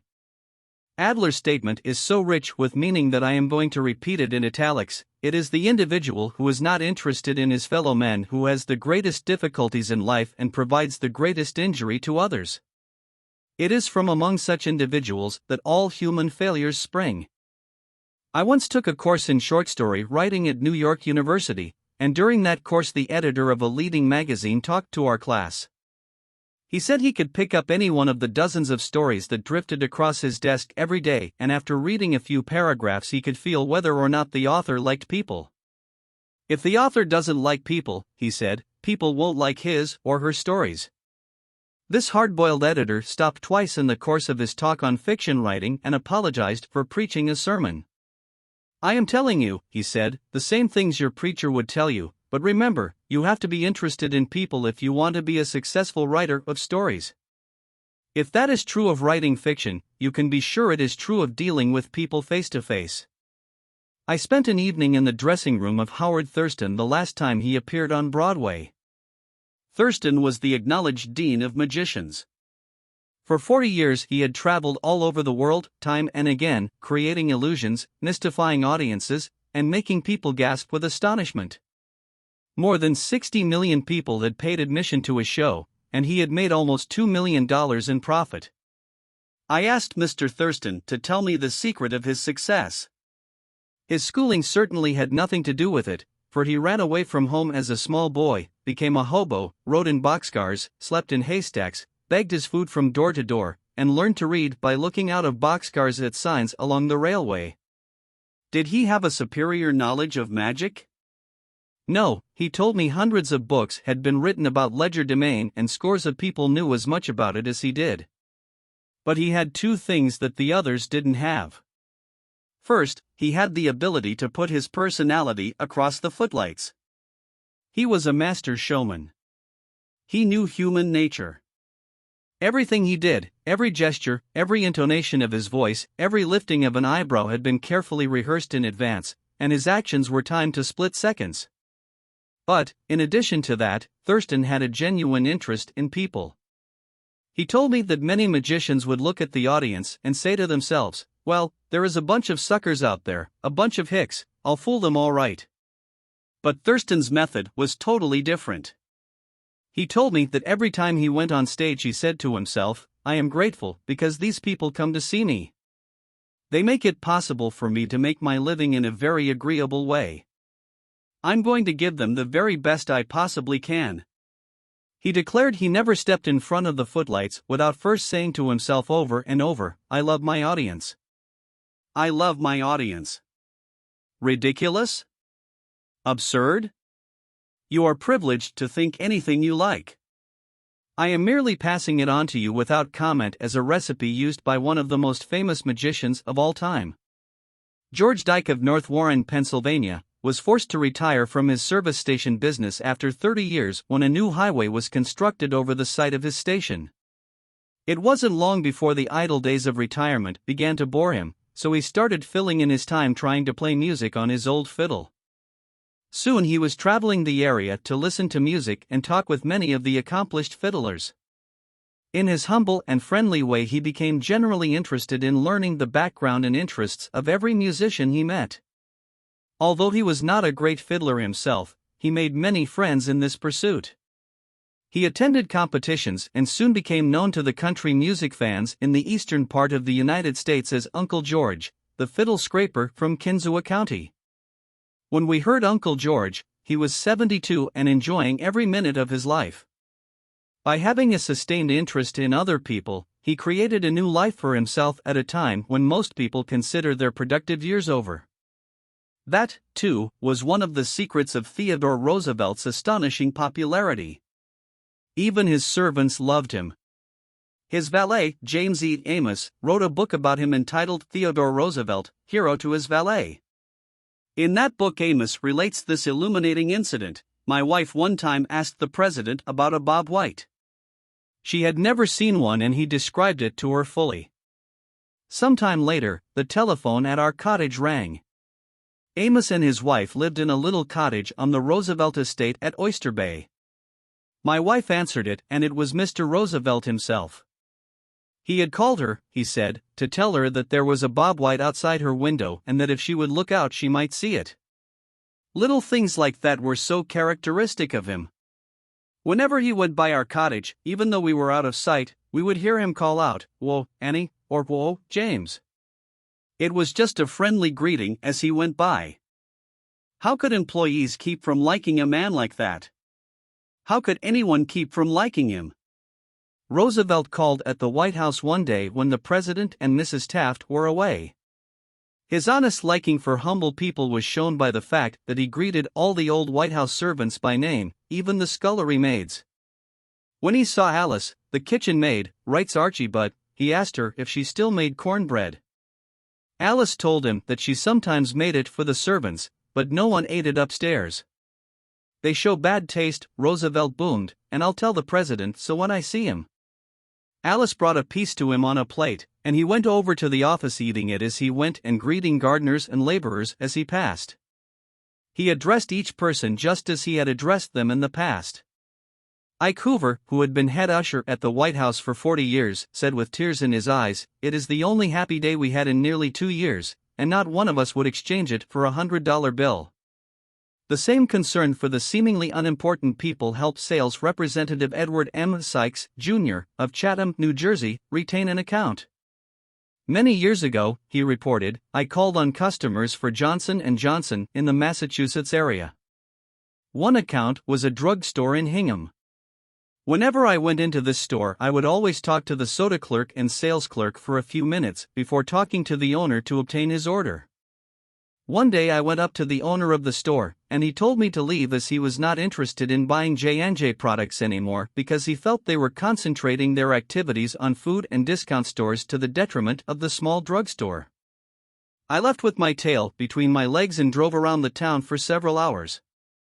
Finally, I decided to go back and try at least to explain our position to the owner of the store. When I returned, I walked in and as usual said hello to the soda clerk and sales clerk. When I walked up to the owner, he smiled at me and welcomed me back. He then gave me double the usual order. I looked at him with surprise and asked him what had happened since my visit only a few hours earlier. He pointed to the young man at the soda fountain and said that after I had left, the boy had come over and said that I was one of the few salespeople that called on the store that even bothered to say hello to him and to the others in the store. He told the owner that if any salesperson deserved his business, it was I. The owner agreed and remained a loyal customer. I never forgot that to be genuinely interested in other people is a most important quality for a salesperson to possess, for any person, for that matter. I have discovered from personal experience that one can win the attention and time and cooperation of even the most sought-after people by becoming genuinely interested in them. Let me illustrate. Years ago, I conducted a course in fiction writing at the Brooklyn Institute of Arts and Sciences, and we wanted such distinguished and busy authors as Kathleen Norris, Fannie Hurst, Ida Tarbell, Albert Payson Terhune and Rupert Hughes to come to Brooklyn and give us the benefit of their experiences. So we wrote them, saying we admired their work and were deeply interested in getting their advice and learning the secrets of their success. Each of these letters was signed by about 150 students. We said we realized that these authors were busy, too busy to prepare a lecture.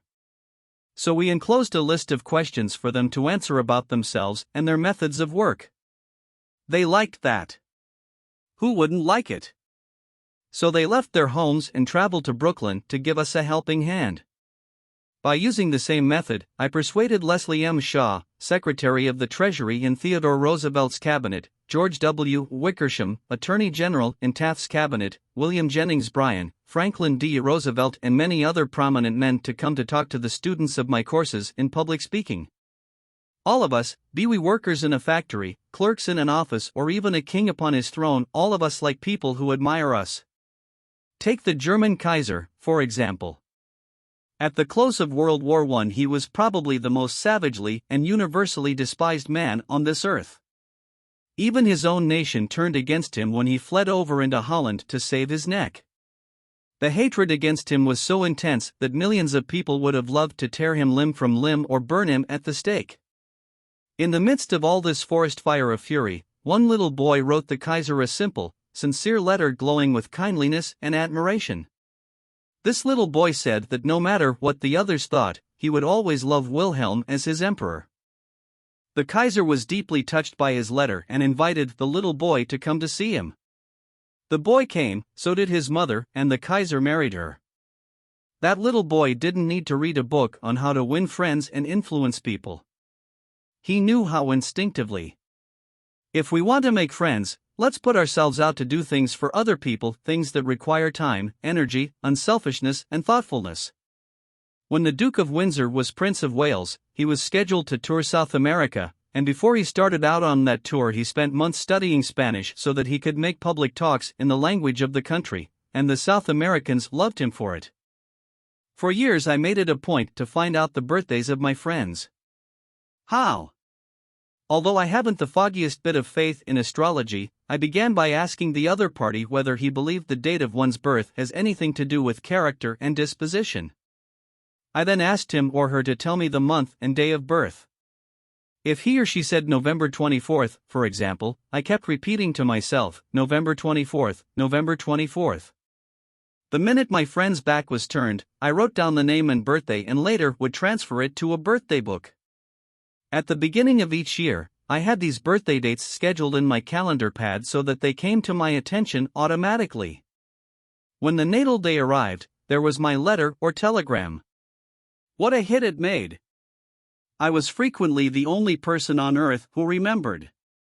If we want to make friends, let's greet people with animation and enthusiasm. When somebody calls you on the telephone, use the same psychology. Say hello in tones that bespeak how pleased you are to have the person call. Many companies train their telephone operators to greet all callers in a tone of voice that radiates interest and enthusiasm. The caller feels the company is concerned about them. Let's remember that when we answer the telephone tomorrow. Showing a genuine interest in others not only wins friends for you, but may develop in its customers a loyalty to your company. In an issue of the publication of the National Bank of North America of New York, the following letter from Madeline Rosedale, a depositor, was published *** Eagle, publication of the National Bank of North America, New York, March 31, 1978. I would like you to know how much I appreciate your staff. Everyone is so courteous, polite, and helpful. What a pleasure it is, after waiting on a long line, to have the teller greet you pleasantly. Last year my mother was hospitalized for 5 months.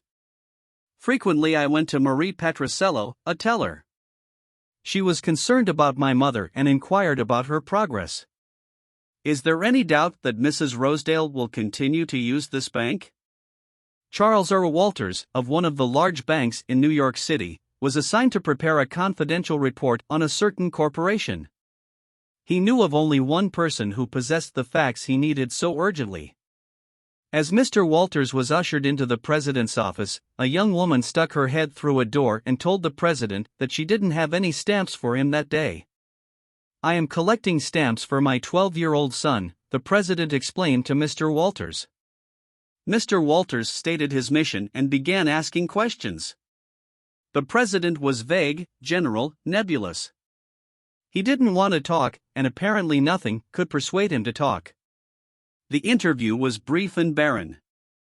"Frankly, I didn't know what to do," Mr. Walters said as he related the story to the class.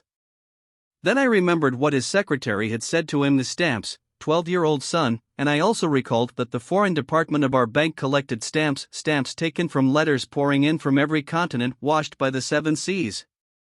The next afternoon I called on this man and sent in word that I had some stamps for his boy." Was I ushered in with enthusiasm? Yes, sir, he couldn't have shaken my hand with more enthusiasm if he had been running for Congress. He radiated smiles and goodwill. "My George will love this one," he kept saying as he fondled the stamps. "And look at this. This is a treasure." We spent half an hour talking stamps and looking at a picture of his boy, and he then devoted more than an hour of his time to giving me every bit of information I wanted without my even suggesting that he do it. He told me all he knew, and then called in his subordinates and questioned them. He telephoned some of his associates. He loaded me down with facts, figures, reports, and correspondence. In the parlance of newspaper reporters, I had a scoop. Here is another illustration. C. M. Naffel, Jr., of Philadelphia had tried for years to sell fuel to a large chain store organization. But the chain store company continued to purchase its fuel from an out-of-town dealer and haul it right past the door of Naffel's office. Mr. Naffel made a speech one night before one of my classes, pouring out his hot wrath upon chain stores, branding them as a curse to the nation. And still he wondered why he couldn't sell them. I suggested that he try different tactics. To put it briefly, this is what happened. We staged a debate between members of the course on whether the spread of the chain store is doing the country more harm than good. Naffel, at my suggestion, took the negative side. He agreed to defend the chain stores, and then went straight to an executive of the chain store organization that he despised and said, "I am not here to try to sell fuel. I have come to ask you to do me a favor." He then told about his debate and said, "I have come to you for help because I can't think of anyone else who would be more capable of giving me the facts I want. I'm anxious to win this debate, and I'll deeply appreciate whatever help you can give me." Here is the rest of the story in Mr. Naffel's own words. I had asked this man for precisely 1 minute of his time. It was with that understanding that he consented to see me. After I had stated my case, he motioned me to a chair and talked to me for exactly 1 hour and 47 minutes. He called in another executive who had written a book on chain stores. He wrote to the National Chain Store Association and secured for me a copy of a debate on the subject. He feels that the chain store is rendering a real service to humanity. He is proud of what he is doing for hundreds of communities. His eyes fairly glowed as he talked, and I must confess that he opened my eyes to things I had never even dreamed of. He changed my whole mental attitude. As I was leaving, he walked with me to the door, put his arm around my shoulder, wished me well in my debate, and asked me to stop in and see him again and let him know how I made out. The last words he said to me were, "Please see me again later in the spring. I should like to place an order with you for fuel." To me, that was almost a miracle. Here he was offering to buy fuel without my even suggesting it. I had made more headway in 2 hours by becoming genuinely interested in him and his problems than I could have made in 10 years trying to get him interested in me and my product. You didn't discover a new truth, Mr. Naffel, for a long time ago, 100 years before Christ was born. A famous old Roman poet, Publilius Cyrus, remarked, "We are interested in others when they are interested in us." A show of interest, as with every other principle of human relations, must be sincere. It must pay off not only for the person showing the interest, but for the person receiving the attention. It is a two-way street, both parties benefit. Martin Ginsburg, who took our course in Long Island, New York, reported how the special interest a nurse took in him profoundly affected his life. It was Thanksgiving Day and I was 10 years old. I was in a welfare ward of a city hospital and was scheduled to undergo major orthopedic surgery the next day. I knew that I could only look forward to months of confinement, convalescence, and pain. My father was dead, my mother and I lived alone in a small apartment, and we were on welfare. My mother was unable to visit me that day. As the day went on, I became overwhelmed with the feeling of loneliness, despair, and fear. I knew my mother was home alone worrying about me, not having anyone to be with, not having anyone to eat with, and not even having enough money to afford a Thanksgiving Day dinner. The tears welled up in my eyes, and I stuck my head under the pillow and pulled the covers over it. I cried silently, but oh so bitterly, so much that my body racked with pain. A young student nurse heard my sobbing and came over to me. She took the covers off my face and started wiping my tears. She told me how lonely she was, having to work that day and not being able to be with her family. She asked me whether I would have dinner with her. She brought 2 trays of food, sliced turkey, mashed up potatoes, cranberry sauce, and ice cream for dessert. She talked to me and tried to calm my fears. Even though she was scheduled to go off duty at 4 p.m., she stayed on her own time until almost 11 p.m. She played games with me, talked to me, and stayed with me until I finally fell asleep. Many Thanksgivings have come and gone since I was 10, but one never passes without me remembering that particular one and my feelings of frustration, fear, loneliness, and the warmth and tenderness of the stranger that somehow made it all bearable.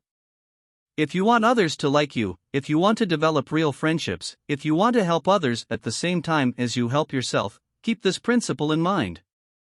Principle 1. Become genuinely interested in other people. 5. A simple way to make a good impression. At a dinner party in New York, one of the guests, a woman who had inherited money, was eager to make a pleasing impression on everyone. She had squandered a modest fortune on sables, diamonds, and pearls. But she hadn't done anything whatever about her face. It radiated sourness and selfishness. She didn't realize what everyone knows, namely, that the expression one wears on one's face is far more important than the clothes one wears on one's back.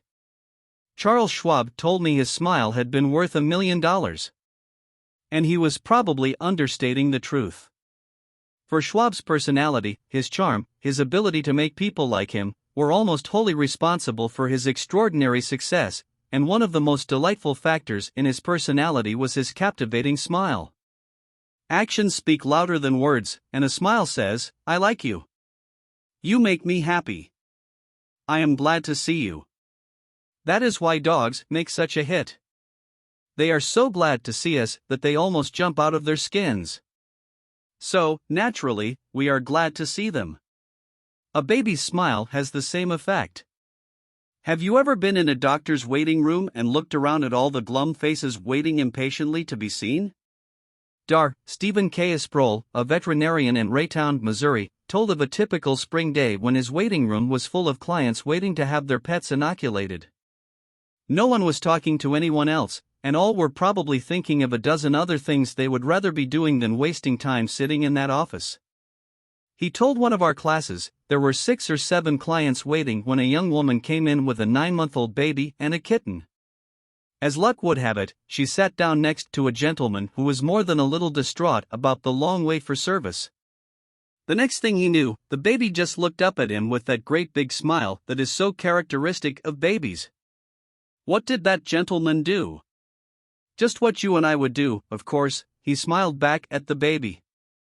Soon he struck up a conversation with the woman about her baby and his grandchildren, and soon the entire reception room joined in, and the boredom and tension were converted into a pleasant and enjoyable experience. An insincere grin? No. That doesn't fool anybody.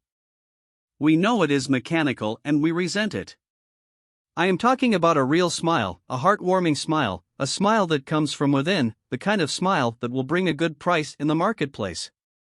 Professor James V. McConnell, a psychologist at the University of Michigan, expressed his feelings about a smile. People who smile, he said, tend to manage, teach, and sell more effectively, and to raise happier children. There's far more information in a smile than a frown. That's why encouragement is a much more effective teaching device than punishment.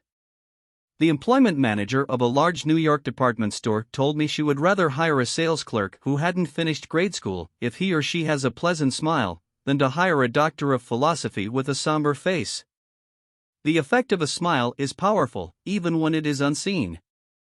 Telephone companies throughout the United States have a program called Phone Power, which is offered to employees who use the telephone for selling their services or products. In this program, they suggest that you smile when talking on the phone. Your smile comes through in your voice. Robert Cryer, manager of a computer department for a Cincinnati, Ohio, company, told how he had successfully found the right applicant for a hard-to-fill position. I was desperately trying to recruit a PhD in computer science for my department. I finally located a young man with ideal qualifications who was about to be graduated from Purdue University. After several phone conversations, I learned that he had several offers from other companies, many of them larger and better known than mine. I was delighted when he accepted my offer. After he started on the job, I asked him why he had chosen us over the others. He paused for a moment and then he said, "I think it was because managers in the other companies spoke on the phone in a cold, businesslike manner, which made me feel like just another business transaction. Your voice sounded as if you were glad to hear from me, that you really wanted me to be part of your organization. You can be assured, I am still answering my phone with a smile." The chairman of the board of directors of one of the largest rubber companies in the United States told me that, according to his observations, people rarely succeed at anything unless they have fun doing it. This industrial leader doesn't put much faith in the old adage that hard work alone is the magic key that will unlock the door to our desires. I have known people, he said, who succeeded because they had a rip-roaring good time conducting their business. Later, I saw those people change as the fun became work. The business had grown dull, they lost all joy in it, and they failed.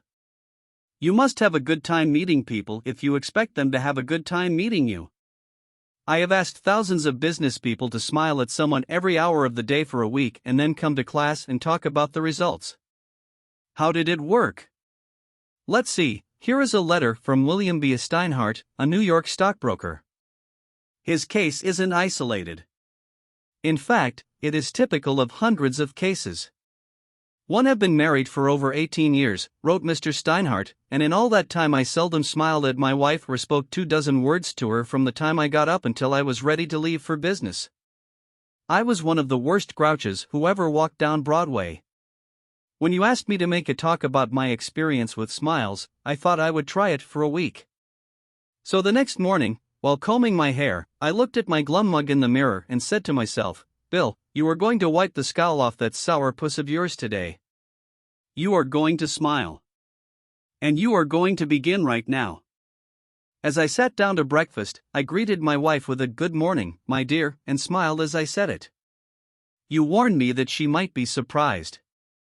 Well, you underestimated her reaction. She was bewildered. She was shocked. I told her that in the future she could expect this as a regular occurrence, and I kept it up every morning. This changed attitude of mine brought more happiness into our home in the 2 months since I started than there was during the last year. As I leave for my office, I greet the elevator operator in the apartment house with a good morning and a smile. I greet the doorman with a smile. I smile at the cashier in the subway booth when I ask for change. As I stand on the floor of the stock exchange, I smile at people who until recently never saw me smile. I soon found that everybody was smiling back at me. I treat those who come to me with complaints or grievances in a cheerful manner. I smile as I listen to them, and I find that adjustments are accomplished much easier. I find that smiles are bringing me dollars, many dollars every day. I share my office with another broker. One of his clerks is a likable young chap, and I was so elated about the results I was getting that I told him recently about my new philosophy of human relations. He then confessed that when I first came to share my office with his firm, he thought me a terrible grouch, and only recently changed his mind. He said I was really human when I smiled. I have also eliminated criticism from my system. I give appreciation and praise now instead of condemnation. I have stopped talking about what I want. I am now trying to see the other person's viewpoint. And these things have literally revolutionized my life. I am a totally different man, a happier man, a richer man, richer in friendships and happiness, the only things that matter much after all. You don't feel like smiling? Then what? 2 things. First, force yourself to smile. If you are alone, force yourself to whistle or hum a tune or sing. Act as if you were already happy, and that will tend to make you happy.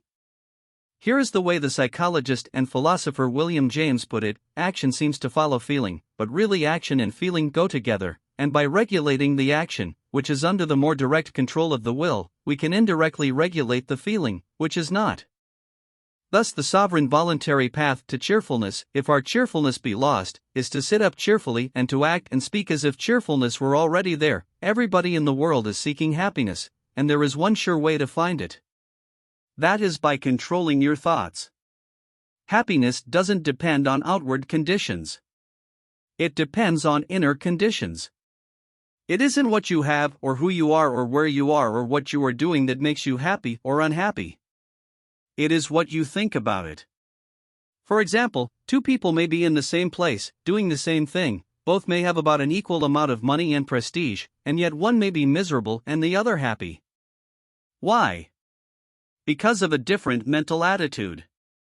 I have seen just as many happy faces among the poor peasants toiling with their primitive tools in the devastating heat of the tropics as I have seen in air-conditioned offices in New York, Chicago, or Los Angeles.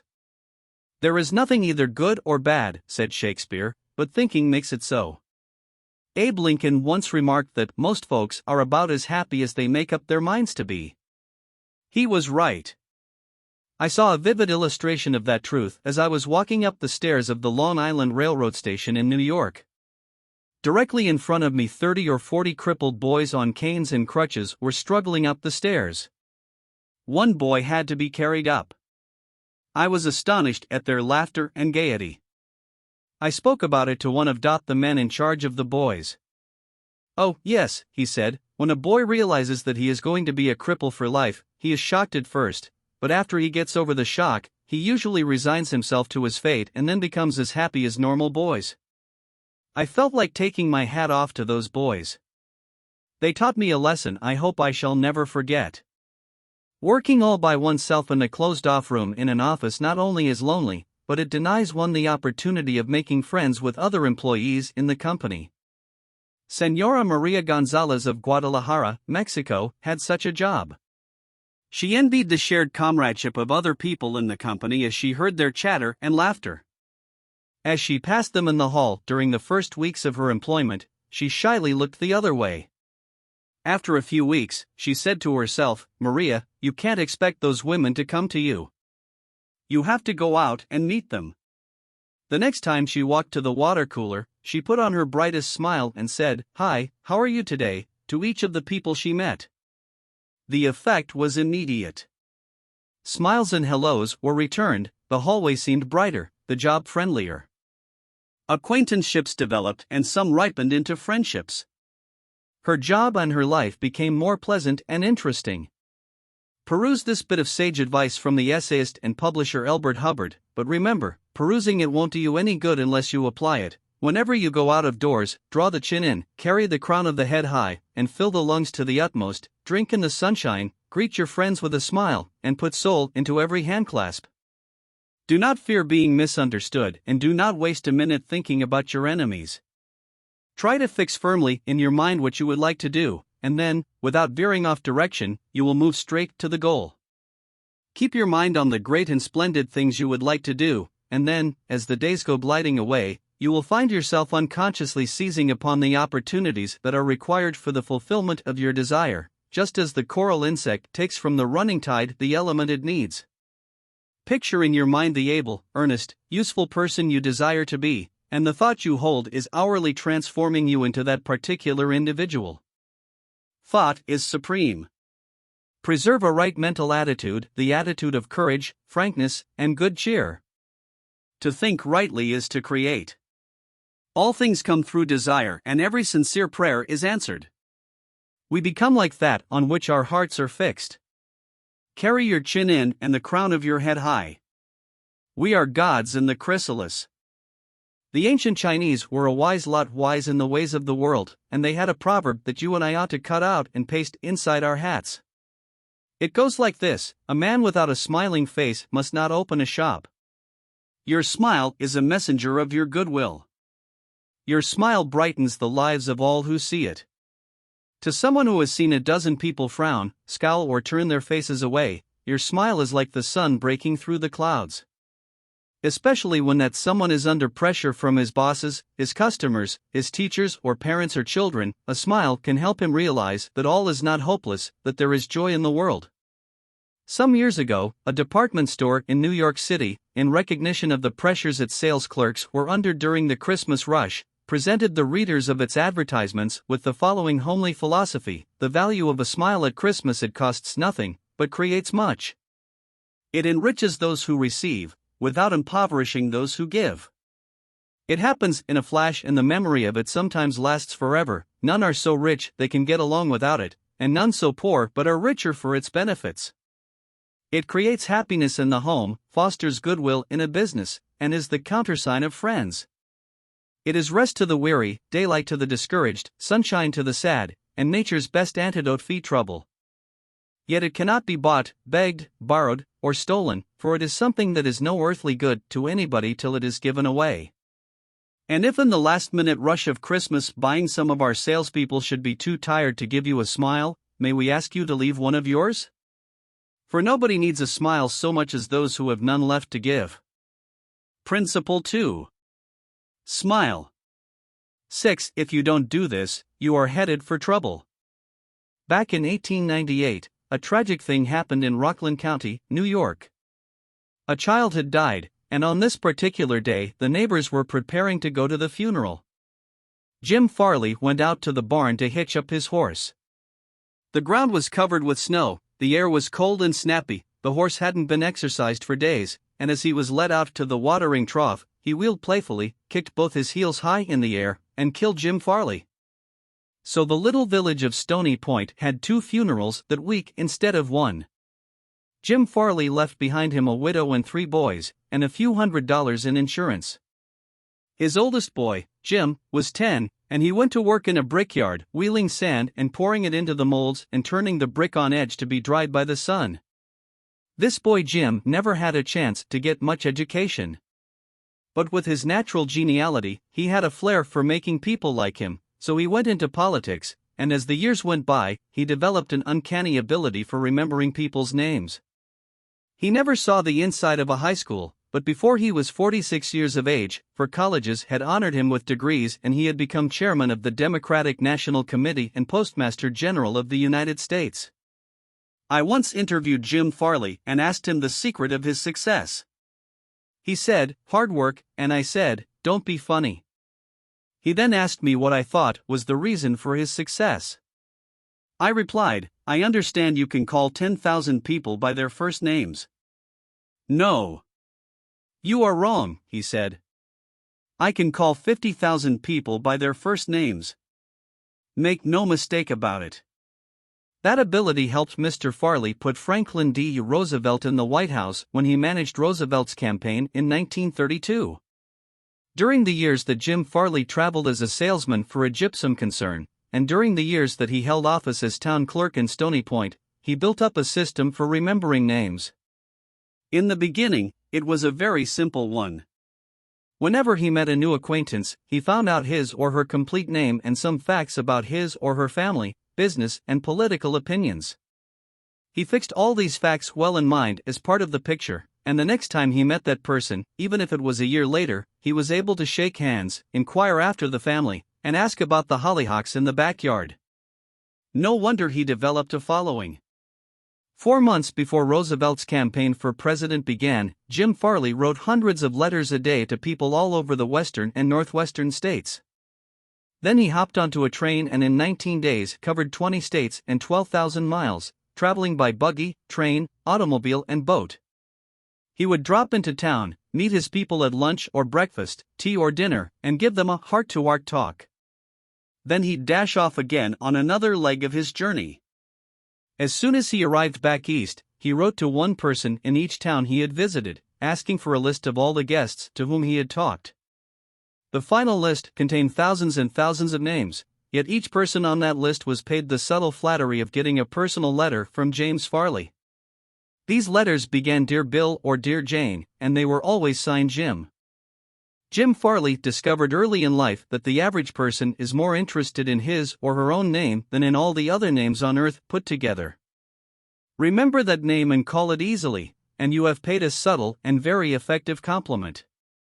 But forget it or misspell it and you have placed yourself at a sharp disadvantage. For example, I once organized a public speaking course in Paris and sent form letters to all the American residents in the city. French typists with apparently little knowledge of English filled in the names and naturally they made blunders. One man, the manager of a large American bank in Paris, wrote me a scathing rebuke because his name had been misspelled. Sometimes it is difficult to remember a name, particularly if it is hard to pronounce. Rather than even try to learn it, many people ignore it or call the person by an easy nickname. Sid Levy called on a customer for some time whose name was Nicodemus Papadoulos. Most people just called him Nick. Levy told us, I made a special effort to say his name over several times to myself before I made my call. When I greeted him by his full name, Good afternoon, Mr. Nicodemus Papadoulos, he was shocked. For what seemed like several minutes, there was no reply from him at all. Finally, he said with tears rolling down his cheeks, Mr. Levy, in all the 15 years I have been in this country, nobody has ever made the effort to call me by my right name. What was the reason for Andrew Carnegie's success? He was called the Steel King, yet he himself knew little about the manufacture of steel. He had hundreds of people working for him who knew far more about steel than he did. But he knew how to handle people, and that is what made him rich. Early in life, he showed a flair for organization, a genius for leadership. By the time he was 10, he too had discovered the astounding importance people place on their own name. And he used that discovery to win cooperation. To illustrate, when he was a boy back in Scotland, he got hold of a rabbit, a mother rabbit. Presto! He soon had a whole nest of little rabbits and nothing to feed them. But he had a brilliant idea. He told the boys and girls in the neighborhood that if they would go out and pull enough clover and dandelions to feed the rabbits, he would name the bunnies in their honor. The plan worked like magic, and Carnegie never forgot it. Years later, he made millions by using the same psychology in business. For example, he wanted to sell steel rails to the Pennsylvania Railroad. J. Edgar Thomson was the president of the Pennsylvania Railroad then. So Andrew Carnegie built a huge steel mill in Pittsburgh and called it the Edgar Thomson Steel Works. Here is a riddle. See if you can guess it. When the Pennsylvania Railroad needed steel rails, where do you suppose J. Edgar Thomson bought them? From Sears, Roebuck? No. No. You're wrong. Guess again. When Carnegie and George Pullman were battling each other for supremacy in the railroad sleeping car business, the Steel King again remembered the lesson of the rabbits. The Central Transportation Company, which Andrew Carnegie controlled, was fighting with the company that Pullman owned. Both were struggling to get the sleeping car business of the Union Pacific Railroad, bucking each other, slashing prices, and destroying all chance of profit. Both Carnegie and Pullman had gone to New York to see the board of directors of the Union Pacific. Meeting one evening in the St. Nicholas Hotel, Carnegie said, "Good evening, Mr. Pullman, aren't we making a couple of fools of ourselves?" "What do you mean?" Pullman demanded. Then Carnegie expressed what he had on his mind, a merger of their two interests. He pictured in glowing terms the mutual advantages of working with, instead of against, each other. Pullman listened attentively, but he was not wholly convinced. Finally he asked, "What would you call the new company?" And Carnegie replied promptly, "Why, the Pullman Palace Car Company, of course." Pullman's face brightened. "Come into my room," he said. "Let's talk it over." That talk made industrial history. This policy of remembering and honoring the names of his friends and business associates was one of the secrets of Andrew Carnegie's leadership. He was proud of the fact that he could call many of his factory workers by their first names, and he boasted that while he was personally in charge, no strike ever disturbed his flaming steel mills. Benton Love, chairman of Texas Commerce Bankshares, believes that the bigger a corporation gets, the colder it becomes. One way to warm it up, he said, is to remember people's names. The executive who tells me he can't remember names is at the same time telling me he can't remember a significant part of his business and is operating on quicksand. Karen Kiersek of Rancho Palos Verdes, California, a flight attendant for TWA, made it a practice to learn the names of as many passengers in her cabin as possible and use the name when serving them. This resulted in many compliments on her service expressed both to her directly and to the airline. One passenger wrote, "I haven't flown TWA for some time, but I'm going to start flying nothing but TWA from now on. You make me feel that your airline has become a very personalized airline, and that is important to me." People are so proud of their names that they strive to perpetuate them at any cost. Even blustering, hard-boiled old P.T. Barnum, the greatest showman of his time, disappointed because he had no sons to carry on his name, offered his grandson, C.E.H. Seeley, $25,000 if he would call himself Barnum Seeley. For many centuries, nobles and magnates supported artists, musicians and authors so that their creative works would be dedicated to them. Libraries and museums owe their richest collections to people who cannot bear to think that their names might perish from the memory of the race. The New York Public Library has its Astor and Lenox collections. The Metropolitan Museum perpetuates the names of Benjamin Altman and J.P. Morgan. And nearly every church is beautified by stained glass windows commemorating the names of their donors. Many of the buildings on the campus of most universities bear the names of donors who contributed large sums of money for this honor. Most people don't remember names, for the simple reason that they don't take the time and energy necessary to concentrate and repeat and fix names indelibly in their minds. They make excuses for themselves. They are too busy. But they were probably no busier than Franklin D. Roosevelt, and he took time to remember and recall even the names of mechanics with whom he came into contact. To illustrate, the Chrysler organization built a special car for Mr. Roosevelt, who could not use a standard car because his legs were paralyzed. W. F. Chamberlain and a mechanic delivered it to the White House. I have in front of me a letter from Mr. Chamberlain relating his experiences. "I taught President Roosevelt how to handle a car with a lot of unusual gadgets, but he taught me a lot about the fine art of handling people." When I called at the White House, Mr. Chamberlain writes, the president was extremely pleasant and cheerful. He called me by name, made me feel very comfortable, and particularly impressed me with the fact that he was vitally interested in things I had to show him and tell him. The car was so designed that it could be operated entirely by hand. A crowd gathered around to look at the car, and he remarked, "I think it is marvelous. All you have to do is to touch a button and it moves away and you can drive it without effort. I think it is grand. I don't know what makes it go. I'd love to have the time to tear it down and see how it works." When Roosevelt's friends and associates admired the machine, he said in their presence, "Mr. Chamberlain, I certainly appreciate all the time and effort you have spent in developing this car.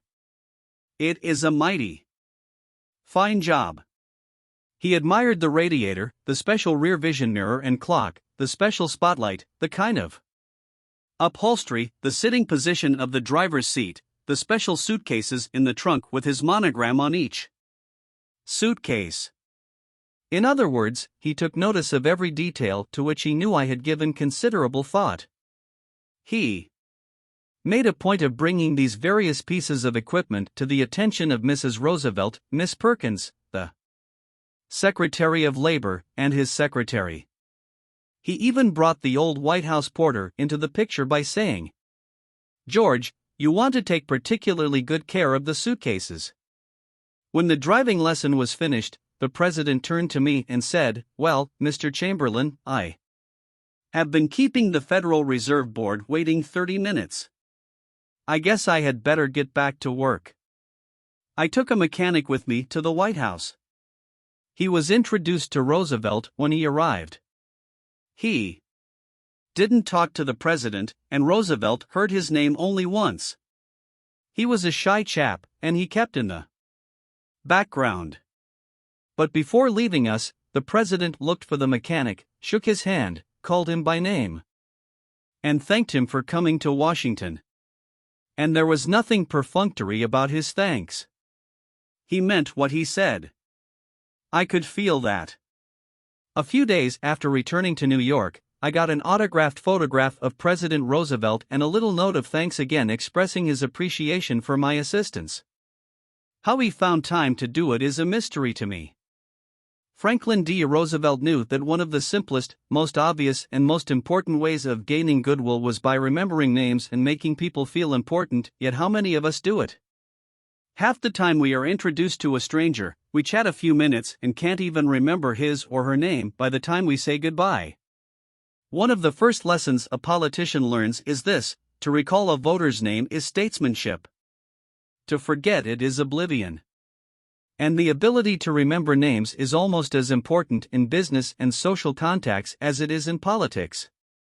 Napoleon III, Emperor of France and nephew of the great Napoleon, boasted that in spite of all his royal duties he could remember the name of every person he met. His technique? Simple. If he didn't hear the name distinctly, he said, "So sorry. I didn't get the name clearly." Then, if it was an unusual name, he would say, "How is it spelled?" During the conversation, he took the trouble to repeat the name several times, and tried to associate it in his mind with the person's features, expression, and general appearance. If the person was someone of importance, Napoleon went to even further pains. As soon as His Royal Highness was alone, he wrote the name down on a piece of paper, looked at it, concentrated on it, fixed it securely in his mind, and then tore up the paper. In this way, he gained an eye impression of the name as well as an ear impression. All this takes time, but good manners, said Emerson, are made up of petty sacrifices.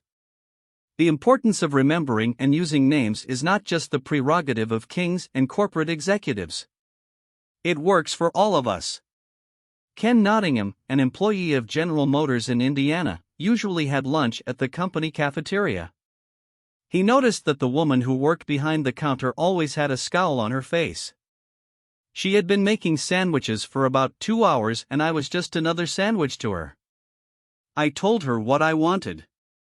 She weighed out the ham on a little scale, then she gave me 1 leaf of lettuce, a few potato chips and handed them to me. The next day I went through the same line. Same woman, same scowl.